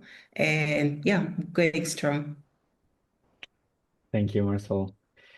Okay, so you want to follow Lisa? Nifty? Sure, go. Hi, my name's Lisa. I also go by Nifty Nye. I'm a longtime software developer who started organizing events for Bitcoin developers and running a school to teach developers who want to learn about how Bitcoin works back in like 2021, 2022. I've been working in Bitcoin since 2018. Cool. Thank you. Lucas, we're missing you. Hey, I'm Lucas. I'm talking from São Paulo, Brazil. I run two different communities, one a more general community that gets together every year at SatsConf, a conference in São Paulo. People like to call it the Bitcoiners New Year's Eve in Brazil. That's like a party that everyone gets together and get inspired by different speakers from across the world. And then I run a technical community below what is an organization I founded called Unchained, which is a nonprofit funding Bitcoin developers working Bitcoin open source software. And we also do education and onboarding new developers to open source Bitcoin. Super. Thank you all for presenting yourself. So, as the title of the panel say, we're always talking about building other layers on Bitcoin, but everything starts from layer 0, no? But from people. And so you all like created or worked in projects that engage a lot of people. That is like a very huge success. So I will ask this question to all of you. So if you have to define one thing mainly that you think is the core of the success of the project that you launch, what you think will be? So I will follow the same order. So Marcel, you want to start? Okay, so for me, two things. Something that I learned when I was building Bitcoin Data is people really don't show up because of Bitcoin. They show up because they feel safe, they feel seen. So my secret sauce was creating a safe space where these women could come and actually ask their hard questions without feeling intimidated, without feeling dumb, without feeling, some sort of aggression towards them. And also the other thing would be letting them actually use Bitcoin as how they want to use Bitcoin. So I know in the space there's a certain way that Bitcoiners want people to use, everybody in the world to use Bitcoin. So for me, I created a space where I didn't want to impose my own ideologies on these people or my participants or my individuals. So I created a safe space where they could decide, I want to use Bitcoin as a savings tool. I want to use Bitcoin as a cross remittance tool. I want to use Bitcoin, to just basically buy things from the shop. So that in itself really made strangers come in and be safe. And that was my source for building the layer 0 solution. Super. Lisa, what you would tell about the project that you started during your career? Yeah, so I mean, there's a couple, but I'll talk mostly about Bitcoin plus plus because that's where most of my focus is these days. I think the real secret to making it successful is like just managing to get the right people together. Like whenever you're building like a community or like a new node or starting a new project, I think the thing that makes it successful and keeps people coming back is that you get like people that they want to spend time with together. So it's really like tapping into like, here's interesting people that, at least for Bitcoin plus plus, like here's people that are doing work, that are doing interesting things that, and you bring like all of them together, they get to learn from each other, they get to share what they're working on. And then that attracts people who are new to the space, who want to talk to people that are doing things that are involved, right? So yeah, I think a lot of like the success for Bitcoin plus plus has really been just like tapping into a community of people that already exist, but maybe they don't spend time together in like a legible way. Yeah, I so agree because putting people together is creating bondings and willing to work towards a same goal. So this is, I think, is crucial to build something successful. Lucas, what Yeah, are it's your kind of secrets of? similar it's kind of similar to what Nifty and Marcel mentioned, but I think I want to emphasize like the importance of the in-person setup, like getting people together on a Discord server or getting people together on a WhatsApp group. It's awesome. There are a lot of things you can do there, but like getting people together in person is the most powerful thing you can do. So, and if you can do that often and like with some like recurrence, that's even better. So now in Brazil, we have 6 different cities where we do BitDevs meetups, and that really empowers the community, especially the dev community in these cities. So like bringing people in person and also bringing the Socratic style type of meetup where everyone is kind of active and participant in the discussion and not only passively consuming content from the speaker, from the panelists, is something amazing. Like even for SatsConf now this year, I made some changes in a few of the secondary stages because SatsConf used to be too much like speaker talking and the audience hearing. And now with the silent stages that I added with like headphones, people could also participate and microphone was like passing through everyone in the audience. And they could also change their like station to see what's going on in the other stages that are like next to next, side by side. So like this ability of having everyone getting together in person and participating actively and feeling like they're also important and not only feeling like they're passively consuming content, that's the most powerful like secret sauce that we have for building communities. Yeah, I agree a lot with you. And in general, the next question that I would like to ask you, I experienced it myself. Every project that has success behind it has a lot of mistakes, error, stuff that make it tough. From my perspective, for example, as a students team, I'm managing now the having people that will continue the project in the following years. So passing it to someone else is really the hard challenge. But I would really like to know what are the challenges that you face during that period. So there is a lot of work to do, put a lot of effort to make a project successful. So what are the hardest stuff that that you face during the path with your projects? Okay, so I guess it's me. Yeah, thank you. I think for me would be, building something that the world doesn't really understand yet, both from the continent, the people that I'm actually working with, and also, the observers. That in itself is hard.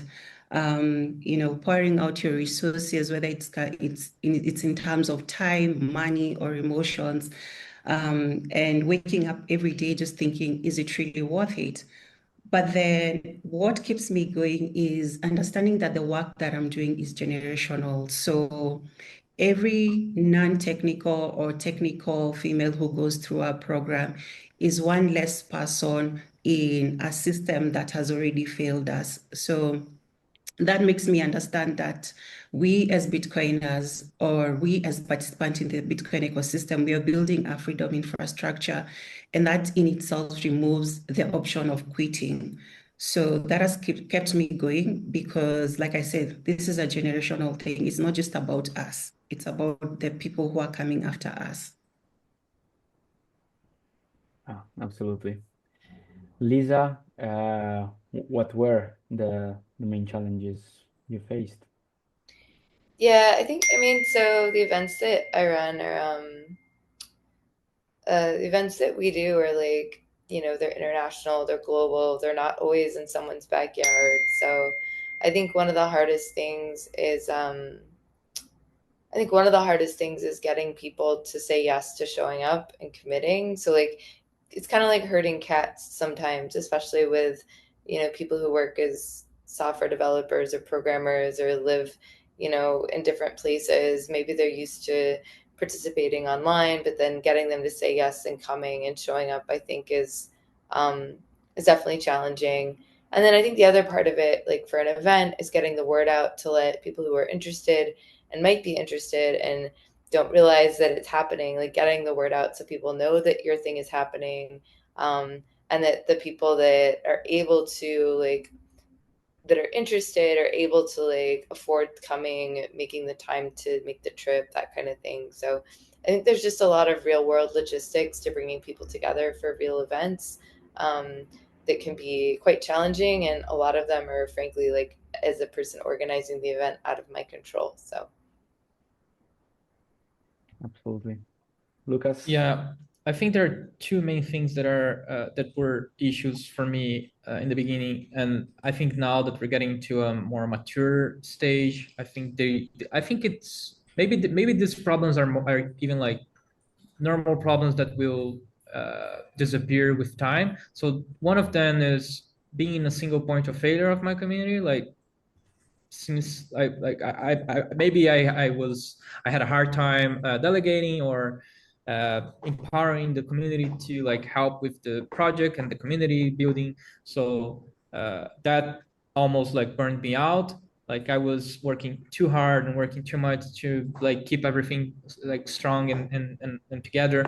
And I think like even like with the conference now, I almost like at SatsConf this year, it happened last week, and I was like telling people, I don't know if SatsConf 2026 is gonna happen, but like the community now like everyone is contacting me and saying, hey, I want to help, and like it was partially my fault, but also I think it's hard to like make sure that we have all the people involved doing the work. It's easy to get and to come, but to put the work for the things to happen is harder.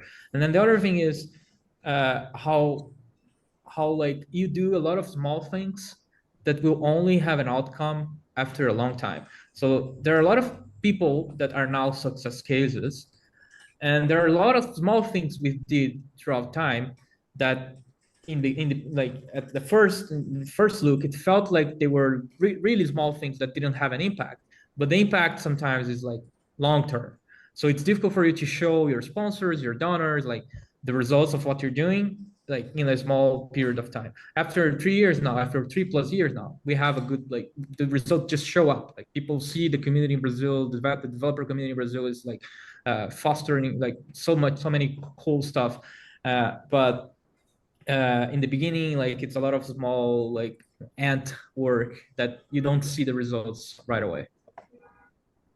Yeah, I completely agree. And what I personally think that in the end, what matter the most is putting the effort, and things comes by themselves. And one thing that I really loved in these years I've been in the space, in the Bitcoin space, is that the community is strong, and with all the tools that allow us to connect together, as now in this moment, there is a lot of support through all the communities. So for who's starting something new, it is also good to feel support of the whole community. Do you agree that the networking power, so meeting new people and put them yourself like in occasion like conferences or being participating like chats or something around, it helps project to grow and to support also in the tough moment? Yeah, and it's important to realize that people have different timings, like different contexts in life. So you do a meetup in your university, and like 30 people show up, and then like maybe 6 months later, you didn't hear from some specific people, but then you realize that the seed was planted, and maybe after 2 years they come back and like something happens, and they are doing something, they're doing work, and that was because of that one meetup you did like 2 years before. But they just had different things happening in their lives. Maybe they were like helping their family with like supporting their family, they had to work like a lot of like many hours a day, or they were like just like they just had a baby, or like different things happen in life with different people. So timing for the results will differ from people, from person to person. Completely agree. Yeah. Okay, so yeah, I think we touch a lot of points. I don't know if you want to add something on that, on the creating the networking, because I think it's super important for building the layer zero. Otherwise, I will ask you just to close it up to in one sentence, if you have to define if someone want to start building their own layer zero for their own project in one sentence, what would be for the audience, what your suggestion, the thing to start from for building their layer zero? Marcel, you want to start? Okay, so one sentence. So I would say find 2 to 5 people in your community. Talk to them about Bitcoin in terms of how Bitcoin can solve problems in their community. That's how you start building the layer zero, by understanding their problems and not imposing your ideologies onto people. So that's it. Yeah, agree with Marcel. Like two people is enough. Once you have 3 people, you have a meetup. Like I see people like, oh, I don't have enough people in my city for a meetup. No, 3 people is enough. You have 3 people and you do it every month. At some point, this is gonna grow. The kicking point is always starting from there. Yeah. Okay, Nifty. I think What will be your Yeah, I yeah. think consistency is really important. So, like Lucas was saying, it's every month. That's a really important thing. People need to know where to find you and how to reach you and what to expect. So yeah, be showing up every week or every month or whatever it is, consistently is such an important part, I think, of making it a successful project in the long run. I agree with you too. Yes. Lucas. Yeah, basically that. Like, just get people together, and you don't even need to have an agenda. Just put people together, like eating burgers or having beers, and have them chat about Bitcoin. Or if they're developers, like have them code something, have them like work on something, and like you don't even need to be there. Just put them together, and something is gonna happen. Like some new project is gonna like appear, or some new collaboration. Put people together in person specifically, and you're gonna see magic happen. Super, guys. It was really a pleasure to speak with you all. Thank you for all the things that you share.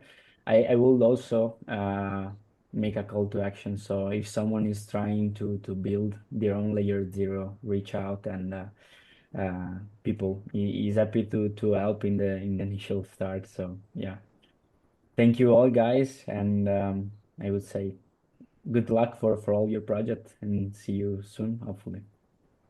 Thank you. Bye-bye. Bye.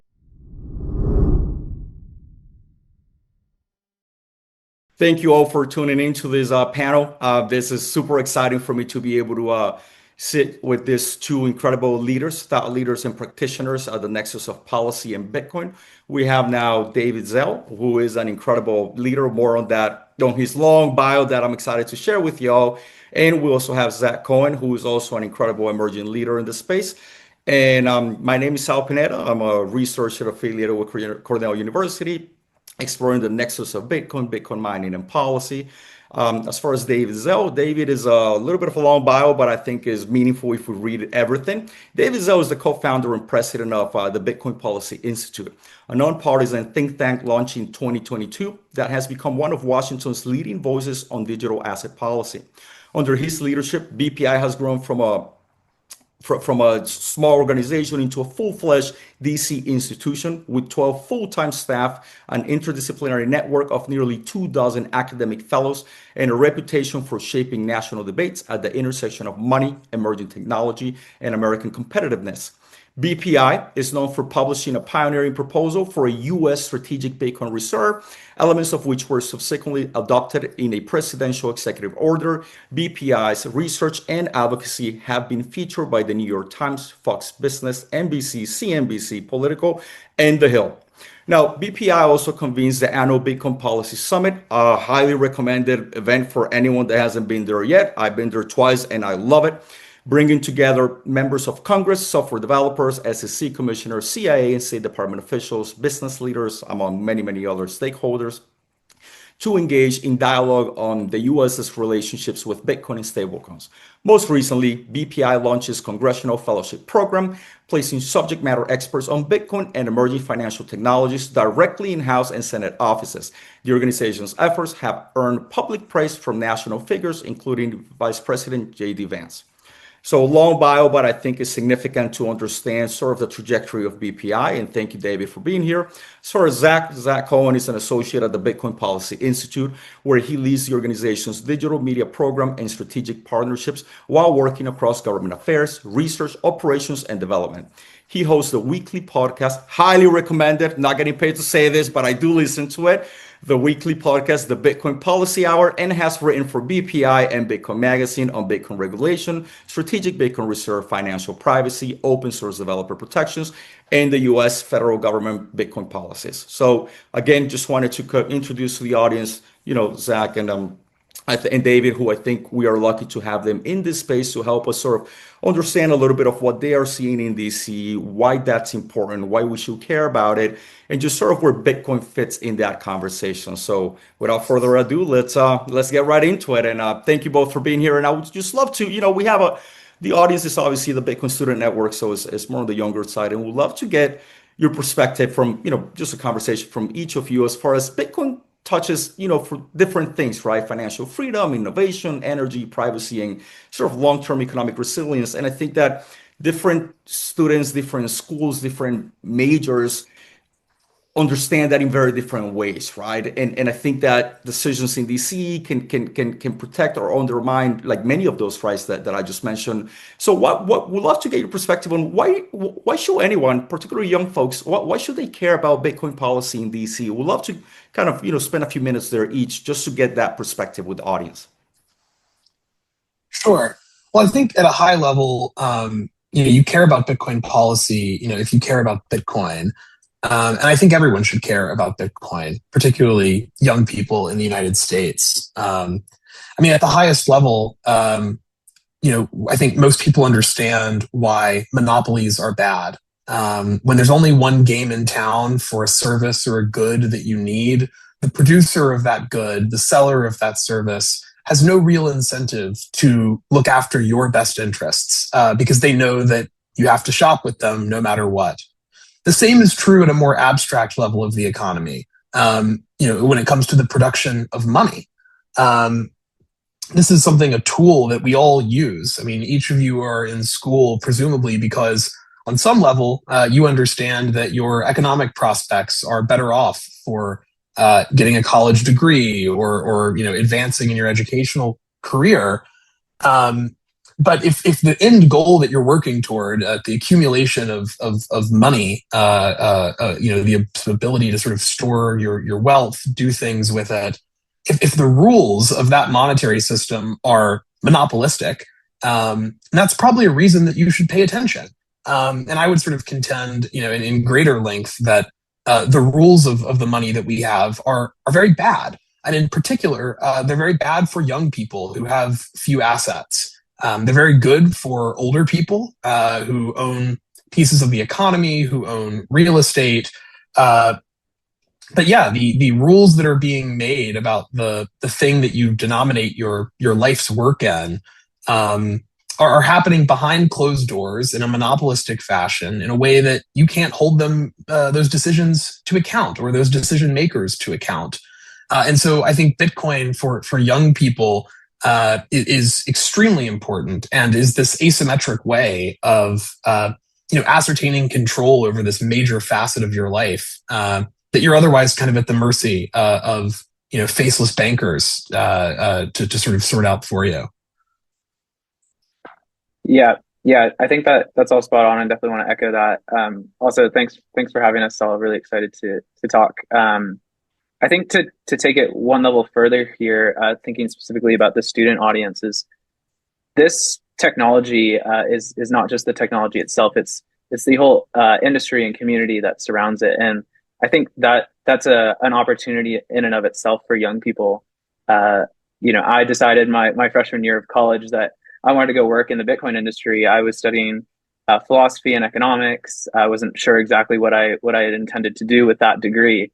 And got lined up with David and Grant at BPI, which was an amazing opportunity, and I've been working with them ever since. But I think in that sense, and for other students, like you should see Bitcoin and the industry around Bitcoin as an opportunity. And to the extent that we get policy in DC right for both Bitcoin holders, the Bitcoin community, and the industry around this emerging technology, that is intended to preserve opportunity for young people in this very sort of blooming industry and community. And I see what we're doing with the policy work in DC as sort of integral to that, where if we don't get, for example, developer protections right, if we have an issue where software developers are getting prosecuted, that's a major threat to young people who are entrepreneurial and innovative and want to see new products built around this, around Bitcoin. And so again, I think there's obviously everything David said. And I think there's another layer to that, which is, these are opportunities for young people to get engaged in this new industry, to really make a name for themselves. And I see our work in DC as sort of imperative for that. I love it. Thank you both for your perspective. I think, I've been currently a policy researcher, and BPI's sort of impact is something that keeps on coming up in my analysis. I love it. I'm a big fan of sort of how important it is to engage in educational efforts. Obviously, Bitcoin is apolitical, is bipartisan, and it can benefit everyone, right? But there's a lot of, and I love that you guys use that term, is an emerging technology. And as such, it can be seen as disruptive. It can be seen as antagonistic by specific sort of thought leaders, specific sort of stakeholders, right? So within that context, and from years in the trenches, as they will say, in the arena, right, in DC, has anything shifted recently, particularly when it comes to sort of policymakers and how they see, or maybe shifting live, and how they see this technology, how they see Bitcoin? We'd love to get that X-ray, right, on what is shifting or what has shifted, and at the nexus of, if it's shifting, does Gen Z has anything to do with it or not yet? So we'd love to get maybe that X-ray on what you're seeing from where we were before to maybe where we're heading and where we're at right now within the nexus of Bitcoin and policy in DC. Sure. When we founded BPI, I think we were commonly asked, why had we started a think tank focused on cryptocurrency, focused on Bitcoin? We certainly don't get those questions anymore. So I would say that on the whole, the past 5 years, Bitcoin as sort of in crypto broadly as sort of a policy area has been really well cemented. Like, nobody looks at you like you have two heads if you go into a congressional member's office and say you want to talk about Bitcoin and U.S. interests, or tax law around this or whatever. I would say that the kind of emergence into the limelight has not been all positive. I think that the main way that, like, the marginal sort of payer of attention to crypto, the sort of marginal payer of attention to crypto has kind of come in from headlines around meme coins, around the Trump family and administration's sort of dealings with crypto.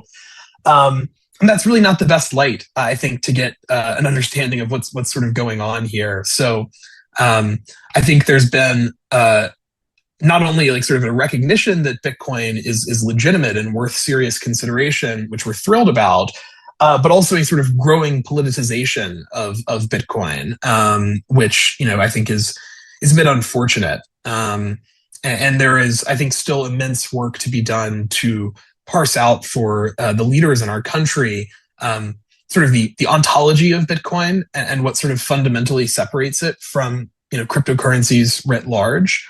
So people are listening. There is an immense wall to climb in terms of education. And Zach, maybe you can, as our resident Gen Zer who has sort of adopted this fight as your own, maybe you can answer Sal's question about the role for Gen Z to play here. Yeah, I think that's all important to say.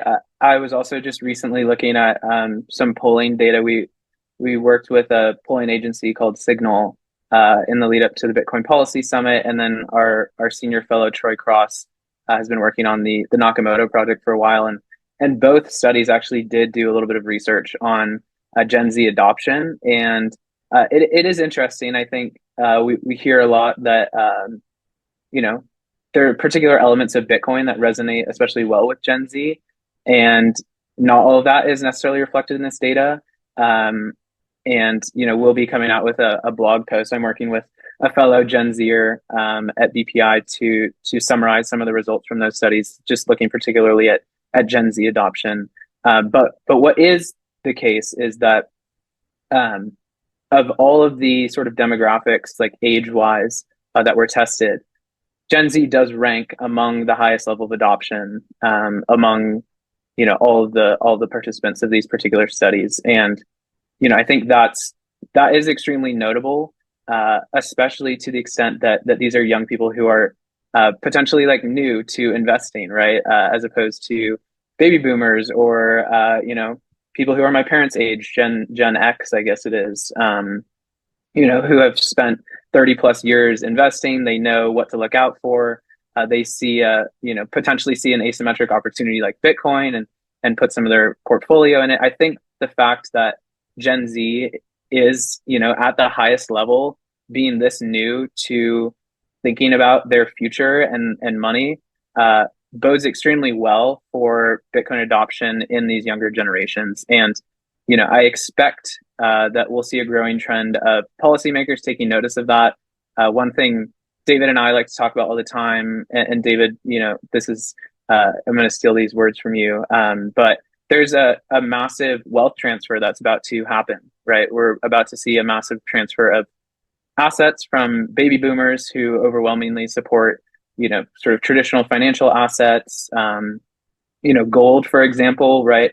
One of the questions in Troy's study was, do you support diversifying some of America's gold into Bitcoin? And overwhelmingly, we're seeing that Gen Z supports that compared to other age groups. And so you think about this wealth transfer, and you think about, the ways that America's reserve assets might shift with that, sort of change coming down the line. And so again, I think policymakers are increasingly going to take notice to the level of adoption among Gen Z.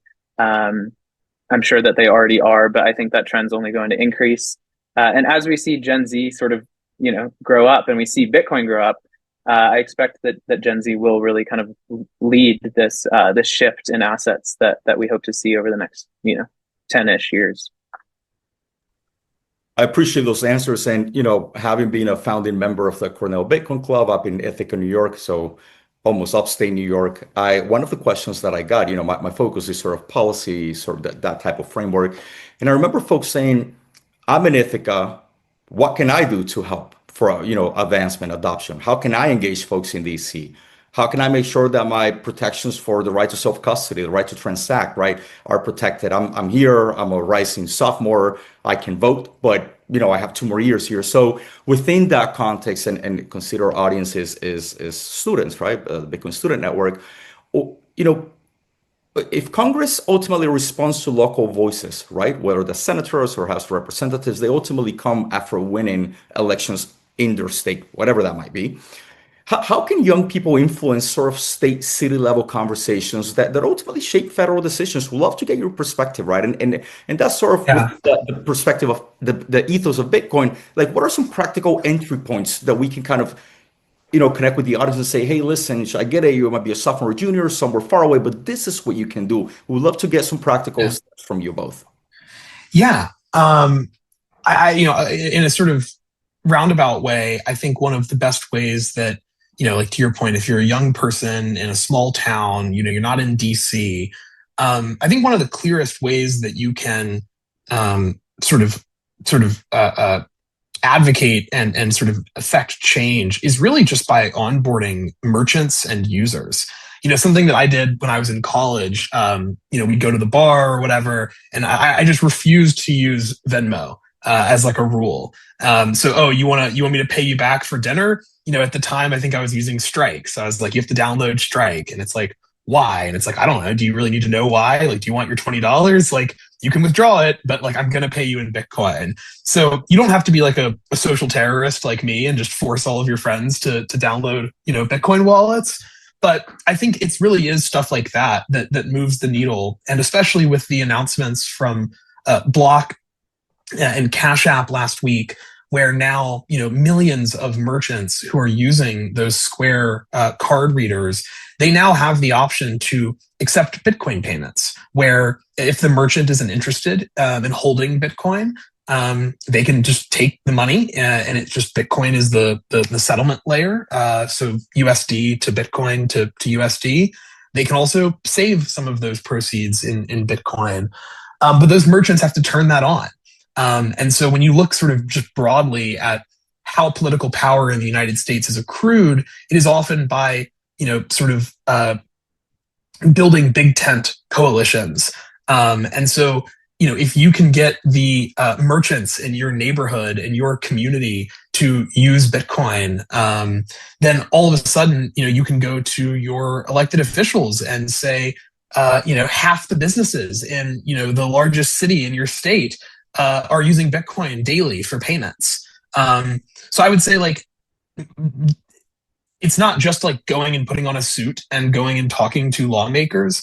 The real end game for Bitcoin is that we're too large, and too many Americans are using it to either protect and secure their wealth, or to transact because they don't want to get raked over the coals by the Visa MasterCard duopoly and by credit card fees.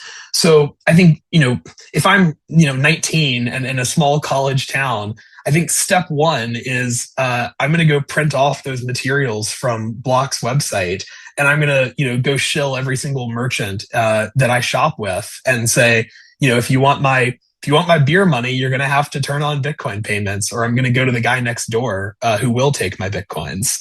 So yeah, I would say stuff like that has a much larger impact than you might think. I have a somewhat similar answer. And this answer actually stems, I think, from a major recognition that we have at BPI, which is that policy change doesn't come solely from kind of DC advocacy. It doesn't come from lobbying. It comes from like changing narratives, and it comes from changing perspectives, both among the press and the general public. And I think there is a recognition or sort of a sense among the public that Gen Z is primed to adopt Bitcoin. I think there's also a growing narrative that Gen Z prefers crypto over Bitcoin. And so I think one thing that young people, especially people listening to this right now, can really get involved with is making sure that everybody knows why Bitcoin is different than crypto, why Gen Z is especially well positioned to adopt Bitcoin, why it's meaningful to you in particular, right? Like I see a ton of faces on Twitter of people who are, my age or younger.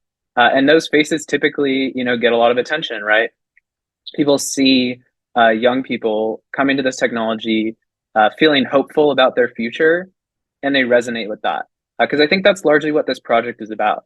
And so, the call to action here is to change the narrative yourself, to talk to the people around you, to try to reach a bigger audience. I think, we're obviously living in the age of content, of quick content, of people seeing things and latching onto them.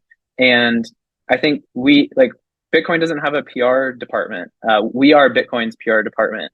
And I think to the extent that young people want to have an impact, we get the content game better than anybody else. And so, yeah, leverage that. Like put yourself out there, jump on Twitter. I myself could be better about tweeting more, but I think that's a really important thing to do. If you're someone who's really good at short form content, make some Bitcoin 101 videos and share them with your friends. I think to the extent that we can shape the narrative here, that we can say, Gen Z is basically betting our futures on Bitcoin succeeding, that people are going to take notice of that, and that's going to send very, very strong signals. So that's my suggestion. Thank you both. And obviously, this is a conversation that we can have for hours. I'm a big policy geek. But in the interest of time, we will wrap it up with one question that asks specifically in one sentence for each of you.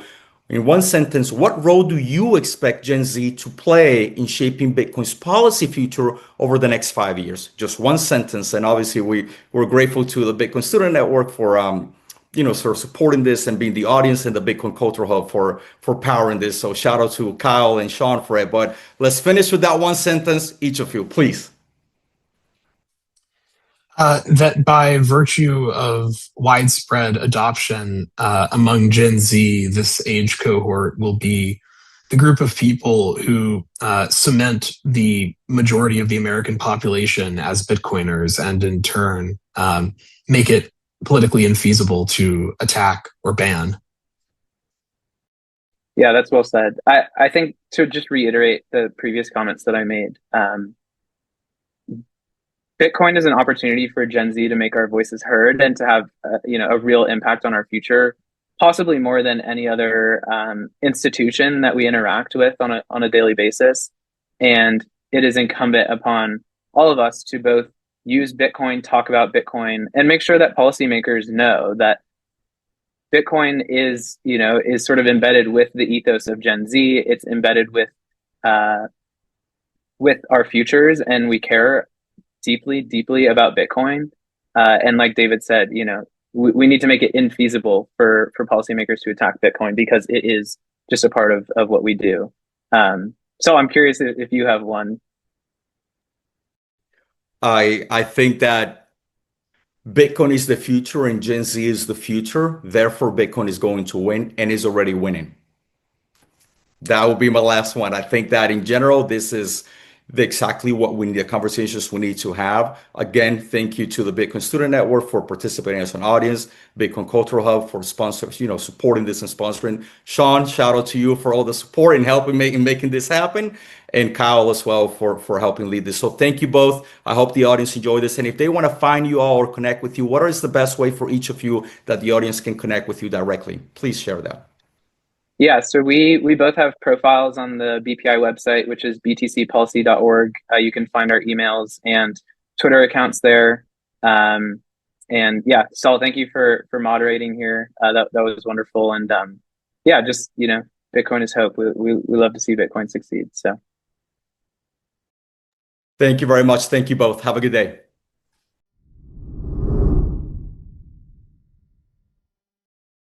Hey everyone, I hope you're enjoying the summit so far. I'm Nikki and I'm the host of the Orange Peel podcast. Orange Peel is basically a show where I document my learning journey through Bitcoin. So I talk to people who've lived through hyperinflation in Zimbabwe, other students who are building Bitcoin clubs at their universities. I've talked to some Bitcoin tech founders, some, miners, and honestly just everyday Bitcoiners. And it has been so much fun for me to learn and just get some of those questions that I've got answered. I got into Bitcoin, I think, earlier this year, probably January, but really got into it maybe June. And I've always come from, a Bitcoin family, sort of. So my parents are really big on it. But, I never really cared because I was super young and I didn't care about money. But, after moving to college and looking at inflation and rising costs of living, debt, I wanted to publicly learn, ask questions and figure out why the system feels so broken and what the fix is. So the goal of Orange Peel is honestly just to make Bitcoin much less intimidating for anyone who is Gen Z or in my age range. What I'm most excited for about Bitcoin is literally just the freedom that it offers young people. I think the ability to opt out of a system that wasn't designed for us and build real wealth very early on is absolutely unmatched. And it's something that we aren't able to have in the traditional fiat system. So I think, Gen Z is on the edge of a very massive shift. More students are about to realize that, they don't need permission to build in Bitcoin. They don't need permission to do what they want to in terms of their career with Bitcoin. So yeah, I am so excited to be a part of that wave and just keep learning, creating, and helping other young people step into Bitcoin's future. Hi, everyone. My name is Luke Danielian. I'm a junior at the University of Maryland studying computer science, and I've been involved with Bitcoin since 2020. Last year, I started a YouTube channel called Bitcoin Wins, where I cover Bitcoin news and philosophy. Over the past 2 years, I've attended the Bitcoin conference as a student through the Bitcoin Student Network, and I had a great time learning from the people who are helping shape the future of this space. Right now, I'm working as an intern at the Bitcoin Policy Institute, where I focus on digital media and content. It's been an incredible experience seeing how communication and policy come together to influence Bitcoin's trajectory in meaningful ways. People often celebrate policy wins and take them for granted, but most don't see the effort that goes on behind the scenes to push those victories across the finish line. That's why I'm personally excited to see more of Gen Z getting involved in Bitcoin policy, because we need sharp, thoughtful minds joining the space to bring Bitcoin's principles to Capitol Hill and help drive the next chapter of its growth. I also want to encourage any students who are trying to work in the Bitcoin space to attend the Bitcoin conference. It's one of the best environments to meet people, build real connections, and learn directly from the individuals driving this movement forward. Being surrounded by industry leaders, builders, and thinkers not only expands your perspective, but it also opens doors you might not even realize exist yet. So if you're serious about getting involved, there really is no better place to start. Hello everyone, greetings from Croatia. My name is Filip Đurović and I'm senior at RIT Croatia studying international business and management with double minor in finance and digital business. Alongside my studies, I work as account manager for startups at Infobip, where we support founders with up to $60,000 worth of credits of our solutions to build and scale their products. I mention this because I use my role to bring Bitcoin native companies into the startup program that we have. Currently, I'm working with Endportal and Ordermoon, and this year I helped organize and I bring Breeze technology, Pocket Bitcoin, and Relay to Infobip Shift, which is one of the biggest developer conferences in the Europe. And Bitcoin was first time presented as a topic on this conference. Beside my professional role on campus, I've been focused mostly on Bitcoin education and community building. I founded Bitcoin Club at RIT Croatia in 2023, and 2 years later, it's a strong community running workshops and hands-on experience, like, for example, building Bitcoin node on Raspberry Pi 5. And one highlight of this year that I would like to mention is that we managed to send 10 students to Lugano on Plan B forum, full funded through our club budget with a lot of help from Bitcoin student network and from our partners from Breeze Technology. Outside of the club, I host the podcast Horizons of Leadership, or in my native language, Horizonti Liderstva, where I speak with founders, investors, and professors about entrepreneurship, technology, and Bitcoin, bringing these ideas closer to young people in Balkan regions. In January, I'll continue my studies at Rochester Institute of Technology in the United States, and my goal is to join a Bitcoin-only company and keep growing inside of this industry. On a question what excites me the most in the Bitcoin space, actually I recently gave a talk on one conference on why Gen Z can't afford to ignore Bitcoin. And the summary is that for our generation, Bitcoin isn't just a technology, it's one huge opportunity that we have. My long-term goal is to build a global company with at least 200 employees, and Bitcoin will be part of that journey. Thank you everyone, enjoy the conference and have fun. Hope to meet you in person. Hi, my name is Anna Grace Stenstrom and I'm a senior at the University of Alabama studying chemical engineering and pursuing my MBA in finance. And this past summer, I was an intern at the Bitcoin Policy Institute as part of their inaugural research experience. So through this opportunity, I got to collaborate with BPI fellows, work on research, and attend their policy summit this past June.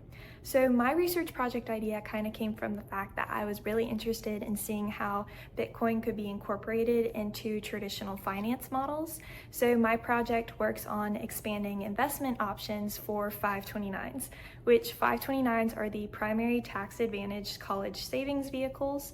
So I looked at seeing how a Bitcoin allocation incorporated into these portfolios, how that would affect overall risk and return. So after completing this research, we all got to go to DC to present our findings at the program colloquium and get to hang out with the BPI team, the greater Bitcoin DC community, as well as policymakers. And it was overall such a really great experience. And I'm looking forward to this policy paper being published by BPI soon. So after having such a great summer, I was super eager coming back to school to share everything that I had learned with everyone. So I started Bitcoin Alabama, which is our school's first ever Bitcoin only dedicated club where we talk about Bitcoin, what it is, and why it's so important for our generation to know about and care about. So far this semester, we've had basic Bitcoin 101 discussions, mining discussions, have had mining experts come in to do some more explaining, as well as talking about global reserves. And one of the highlights of the semester so far has been working with Lightning wallets and practicing peer-to-peer transactions with one another. So it's been a really great experience, and I look forward to continue learning, to continue sharing, and to continue being a part of the Bitcoin Student Network. Thank you.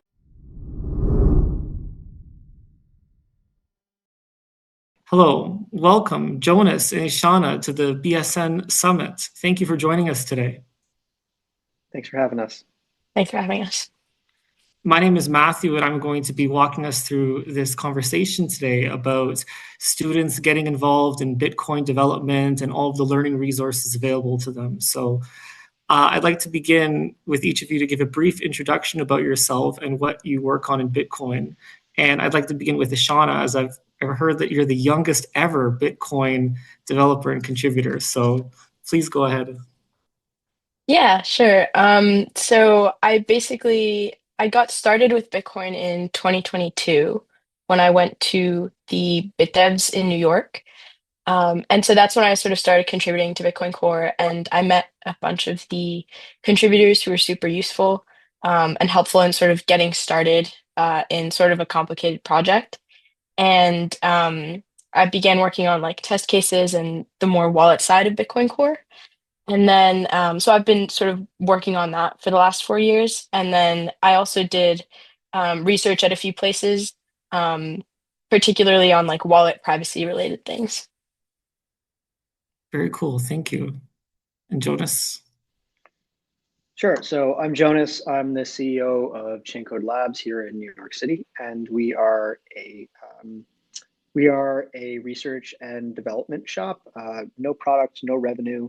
We simply exist to make Bitcoin better. So I've been here for 7 years, and we employ about 15 people that work, many of which work on Bitcoin Core, and many do research and work in Lightning and things like that. That's very cool. I hear a New York connection for each of you. Ishana's meetup that got her connected with all the developers was there in New York City. Was that part of one of your initiatives, the BitDevs in New York? We've hosted a few BitDevs in New York, but no, BitDevs was started well before Chaincode even existed. So it's this worldwide phenomenon of helping get people together for technical meetups, usually on a monthly basis, and they are all over the world. So if you're interested in those kinds of things, you can go to, is it bitdevs.org? Bitdevs.org. Bitdevs.org. I think so. And then /cities, and it'll have a list of cities. That's really cool. Ishana, what got you to go out to that BitDevs meetup? What inspired you to go and connect with the Bitcoin developer community? Yeah, so I had actually started reading about Bitcoin online that summer. I watched a couple of videos. I read Jameson Lopp has a really good section of his website on like resources for beginners or people just getting into Bitcoin. So I read a bunch of those. And then I think I was just looking for places to meet developers because I knew that I wanted to get into the more like programming aspect of Bitcoin. And so yeah, BitDevs is like a great organization. They're all over the world. Yeah, I think if there's one in your area, I definitely recommend checking it out. So once you got to meet the Bitcoin developers and you learned a little bit more about how the project worked, did you go through any educational programs? Did you take a course? Was there a seminar that you went to? I'd really like to hear more about that.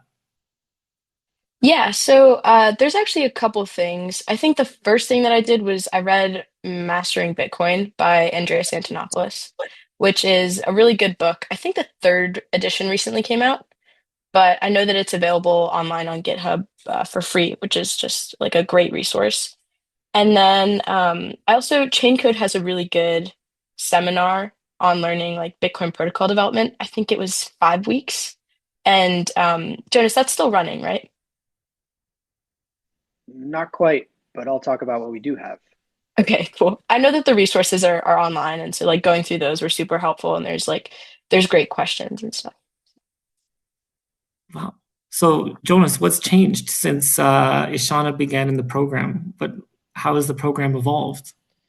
Sure. So I think we've changed quite a bit. So give you a little bit of a history of sort of education and what we've done at Chaincode, including things that predate me. So in 2017, I believe, or 2016, I believe was the first Chaincode residency. And that was run by Matt Corallo, aka Blue Matt, and he took a leave of absence from Blockstream, which was sort of like a giant in the space, to just like work on helping other people onboard into Bitcoin development, specifically Bitcoin Core. So that was sort of the first instance of that. And in fact, there's some really great contributors from that first class, including Neha Narula, who's the executive director of DCI. She was in that first residency. And so that sort of started this in-person residency program that continued up until COVID. So every year, including I think twice in 2018, we had in-person residencies and trying to bring people from the outside, people that are on the periphery of maybe contributing, and helping them get squarely into contributing. And what we really focused on in 2019 was making sure that everybody had funding and they could make this like a sustainable career choice afterwards. So, so obviously COVID changed a lot of things in terms of just sort of how the world worked, and in-person programs were pretty difficult to do for a while there. So we shifted everything we did online. And that was sort of the start of the seminar, the thing that Ashana took. And it was really just a chance for technical people around the world to come together and to find other people that were falling down the rabbit hole like they were. And we got better as we did it over time, but it was an opportunity to just connect with other people. It was an opportunity to learn a lot of technical things. And then to build a community around other sort of learners and people that were interested in contributing to Bitcoin open source to keep in touch afterwards.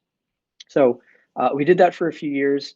And in 2024, we changed the model, sort of iterated on that to make it, first of all, a little bit wider scale, so that we were really going out and trying to recruit people from all over the world.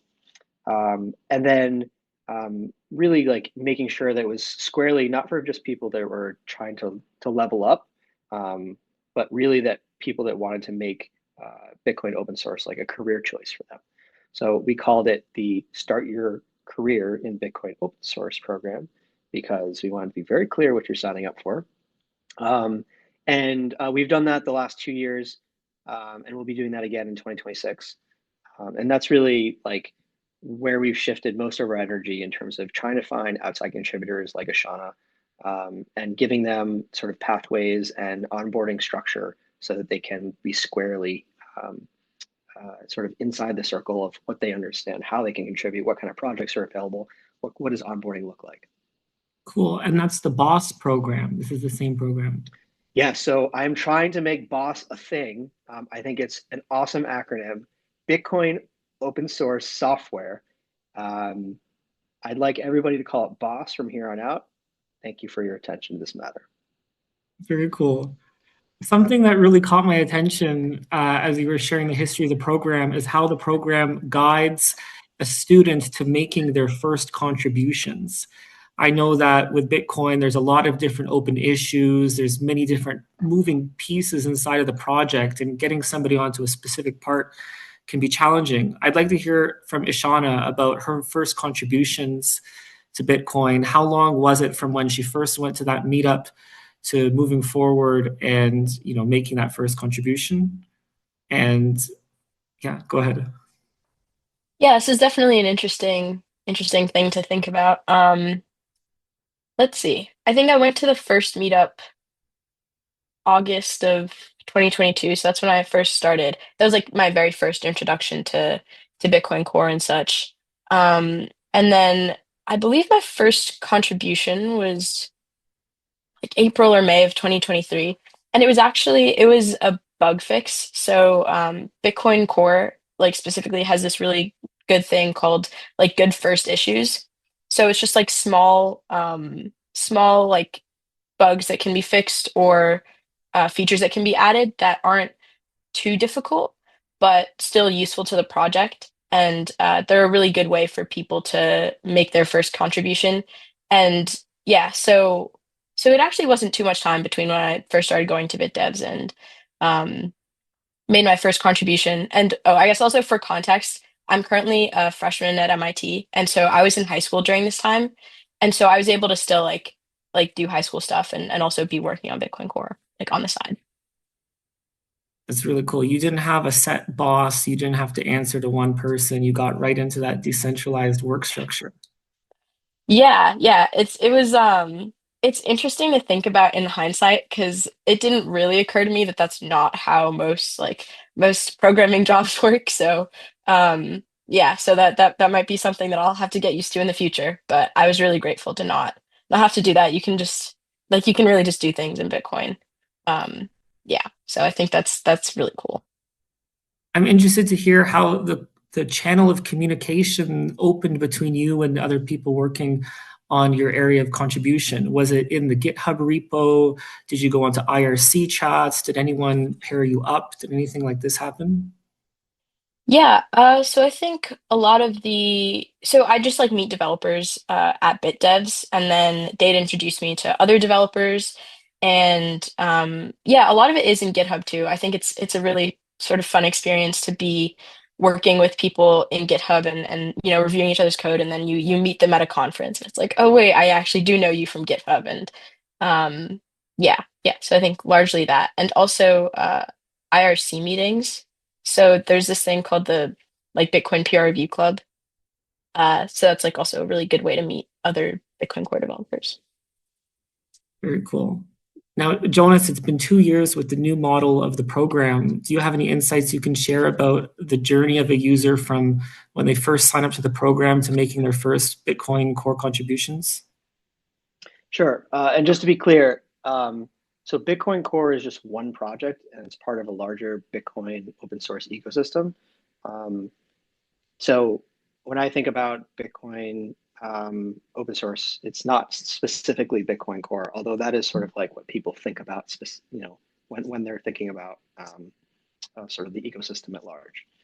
So the question was things that have changed, or sorry, the arc of someone who sort of is the first, like a first-time contributor. Yes. So I think that's what's so great about this ecosystem is that you find spectacular people and they each have their own individual approach. So, when I first met Ashana, she, there's no way that, as someone who runs a company, that I could just give her a job or just sort of, get her started. But what's so great about this is that nobody really cares who you are, what you look like, where you're from, what your background is. If you can contribute something useful, then people will take those contributions seriously. So it's sort of like there's no barrier to entry.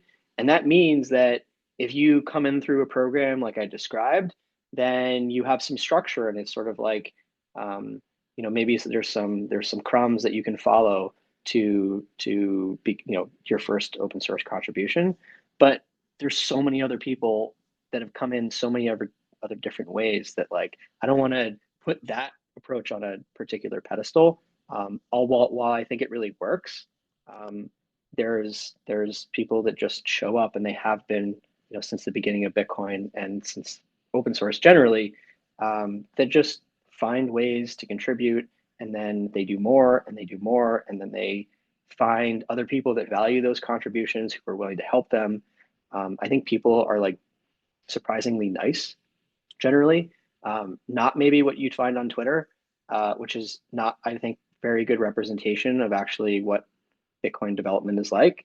I think if you show up and you're earnest and you want to learn and you ask good questions, then you will find a really receptive group of people on the other end. And I think everybody remembers what it was like sort of in the beginning. It can feel intimidating and feel like, you don't know what to do next or what questions to ask or things like that. And so everybody's just doing the best they can. That's really cool. I think that you summarized a lot of ways to get students excited as to considering Bitcoin as a career. Do you have any closing remark as to get into the mind of a college student and why they're welcome to join into this program and get onboarded working on Bitcoin? I once was a college student, but those days are long past me. Yeah, I just think I think this journey can be it's just really different than I think a lot of things that are out there. I think in a lot of ways it can be really hard for your parents and friends to wrap their heads around what this is, and you're working on something that you're just giving away and someone pays you, and it's just it's sort of mind-blowing, just sort of how open source software works generally. But yeah, I just think there's never been a better time to get involved with building the future of money. If you care about your own future and you care about, we do this kind of work not just on behalf of ourselves. We do it for the people that we care about most, our friends, our families, our neighbors, our communities. This stuff is really important, and now is a really good time, because I think we all can probably agree, if you sort of just stick your finger up in the air, things feel weird. The times are sort of changing, and I think having a money that works and will endure, and cares less about sort of the news of the day and much more about what's going on globally and how we can all be on an equal playing field, I think is really important, and it's certainly something I put my career behind. But I just I think if you want to make a dent in the universe, this is a good place to do it. Thank you. That's really cool. Ishana, do you have a message for your classmates? Yeah, I think as a current college student, I think it definitely I definitely agree with everything that Jonas mentioned about the benefits of working in open source and Bitcoin specifically. I would also add that you learn a lot while doing. And I think sometimes people do get stuck on oh, I need to know X, Y, and Z before I can even begin to look at software and such. But you really do learn a lot just by, writing code and experimenting and reviewing PRs especially is, I think it's probably one of the fastest ways to learn certain styles of programming or even a programming language, right? I didn't know C++ before I started working on Bitcoin Core. So um, I think that's definitely something and those skills can be transferable to tons of other places as well. And I think I would also agree about the impact, which is I did forget to mention that when talking about, how this is different from other opportunities that you could get in college, which is that I feel like there's few other places where you could reasonably within a couple months be writing code that gets deployed to thousands of people and really does have impact. And yeah, I think that's one of the coolest things. And I feel like once you start to I feel like it's hard to go back to something where you don't have as much impact on people once you start doing something like Bitcoin. Um, yeah, so I think I'd highly recommend it. Thank you for taking the time to participate today. Thanks, Matthew. Thank you. If I could just do one more plug. Yeah, So go ahead. This BOSS program that I described will be happening in early January, and so this is going to be a month-long intensive program where we provide structure and support for becoming a contributor. It's completely free. It's remote. It's open worldwide, and I think it creates some camaraderie where there's typically a pretty lonely journey if you don't know where to start. So if you're interested in that kind of thing, learning.chaincode.com is the URL. And yeah, we need more smart people. There's really hard problems to tackle here. So please give it a shot. Thank you.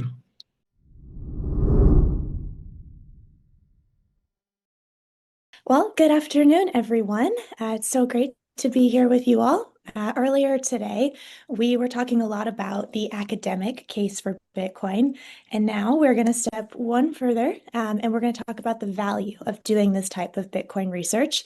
And so today, I'm really fortunate to be joined by three people who are actually building the research architecture around Bitcoin today. So Anais Kanimba is the director of the African Bitcoin Institute. It's a think tank that provides research, analysis, policy recommendations specifically for Africans. Bradley Rettler is a professor of philosophy and the director of the Bitcoin Research Institute at the University of Wyoming. He's also one of the three authors of the book Resistance Money, A Philosophical Case for Bitcoin, and a senior fellow at the Bitcoin Policy Institute.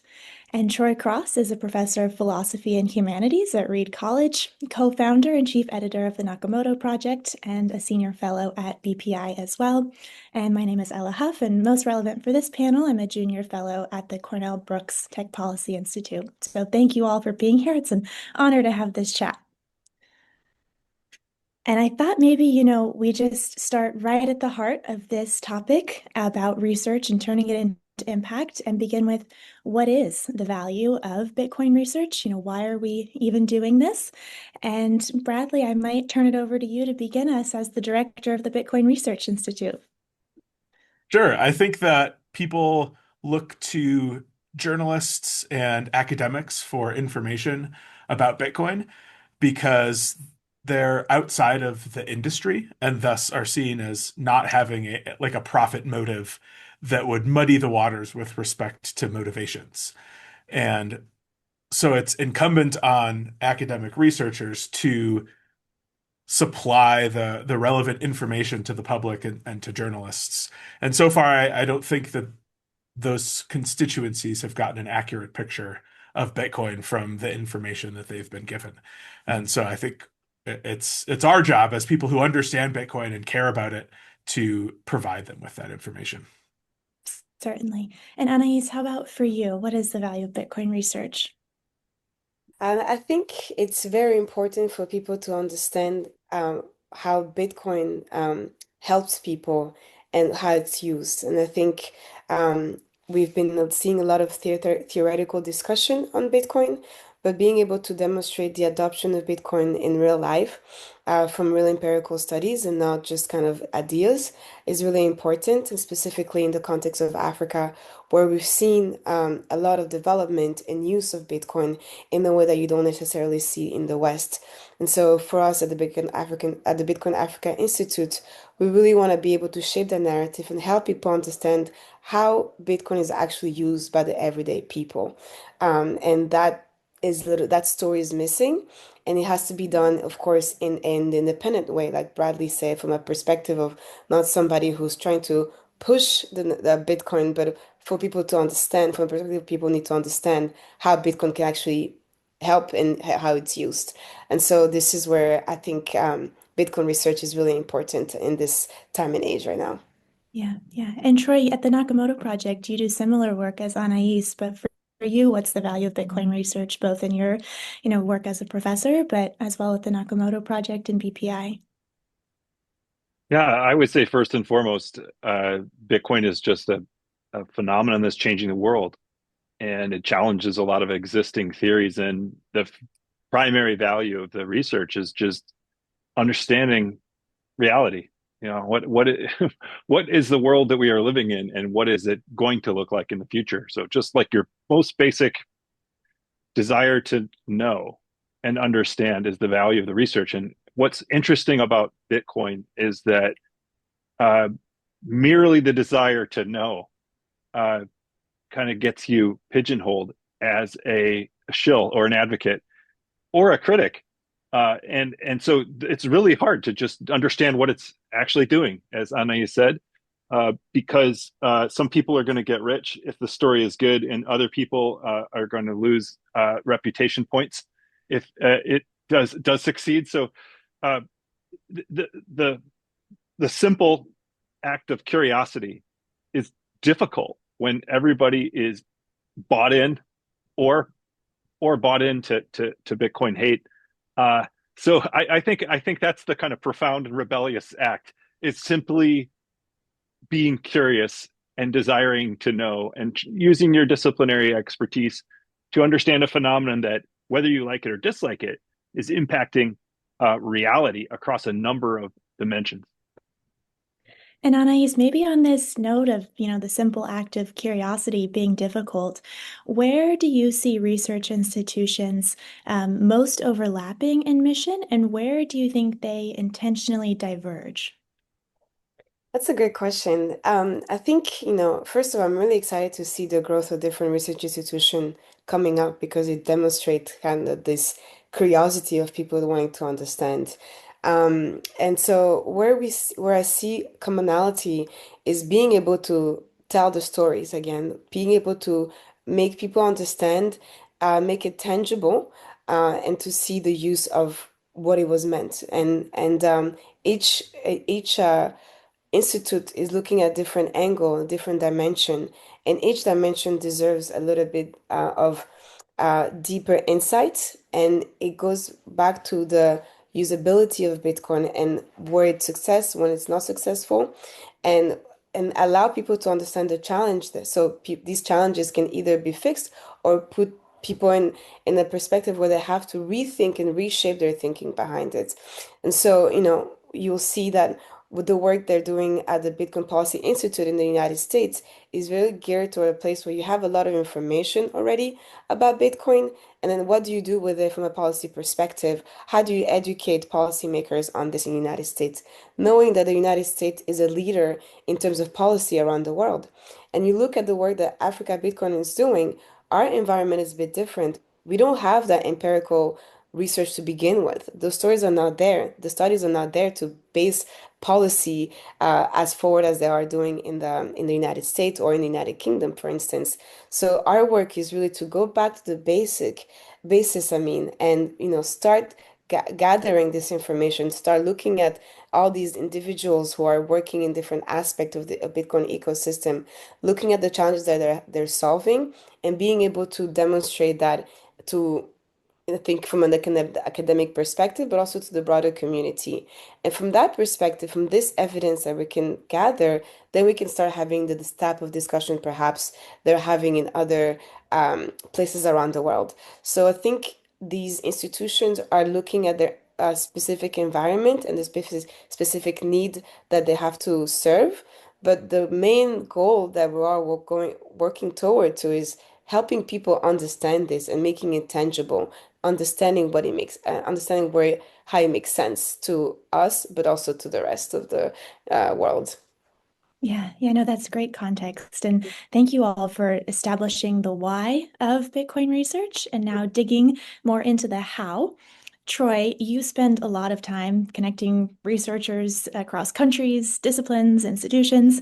What is perhaps the most valuable type of collaboration that you wish happened more often? And what boundaries do we need to push so that students could actually contribute?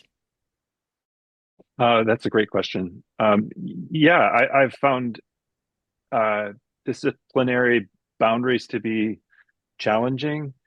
I would say, stepping back, Bitcoin touches so many disciplines. It's a phenomenon that you think you understand, say on the economic side, but you don't understand its impact on the energy side or on the human rights side. I got pulled into the energy debates, and I very quickly learned that there was a disconnect between the industry of people actually doing Bitcoin mining or even building new things in the energy world and the world of academia. And I was talking to both sides of that divide, and it just informing people about each other and introducing them to each other. And I was amazed that they didn't know more about each other.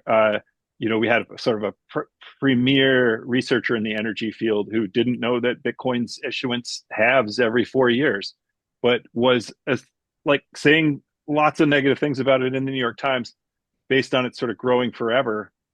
And so, it's just as simple as, hey, do you know about the halving? The very smart person, but just not informed about Bitcoin. And I think that's rampant throughout the academic space. And also industry moves very, very fast. The entrepreneurs are way ahead of the academics. in part because they have data that the academics don't have. My research partner, Margot Paez, and I gathered data from Bitcoin mining companies, and it was extremely hard to do. We had to jump through legal hoops. We had to persuade people we wouldn't twist their data or reveal it.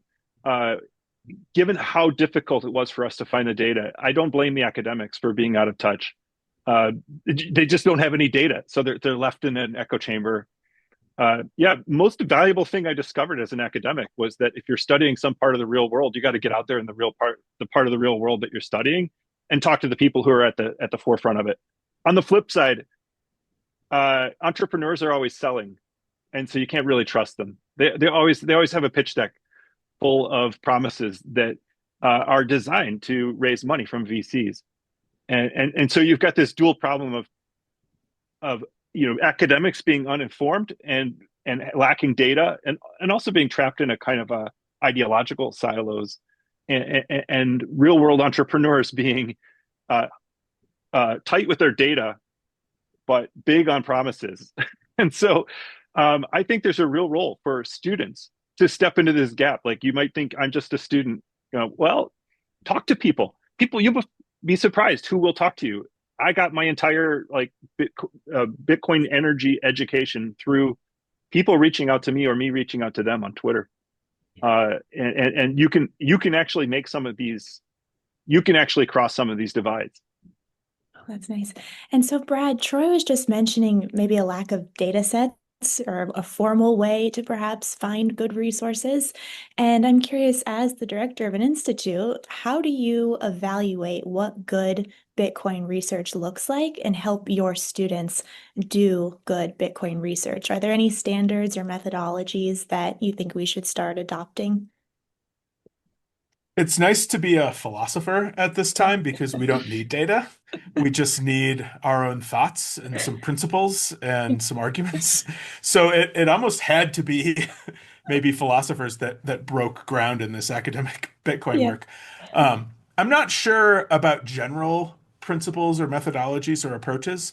Bitcoin is an applied topic, and as Troy mentioned, it crosses disciplinary boundaries and touches on law, economics, climate science, computer science, computer engineering, electrical engineering, all these other fields. And each of these fields have their own methodologies and their own disciplinary trainings. And you can become an expert in them and spend, 4 years of an undergrad degree and then 6, 7, 8 years in graduate work to become really good at it. And then once you have those disciplinary chops, you can say, what I'm really interested in is Bitcoin, and I want to take all that stuff and figure out how I can apply it to Bitcoin.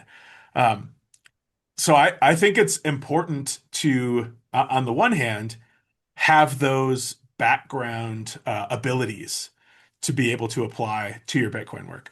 On the other hand, you got to understand Bitcoin. You can't just be off in computer science land and not know how Bitcoin is working out in the real world. You can't just be in an economics department and doing that kind of stuff and not understand the human rights side of things or how the protocol works. So I think far too many people are on one side or the other. They love Bitcoin, but they don't actually know that much about economics. They only think they do because they know Bitcoin economics.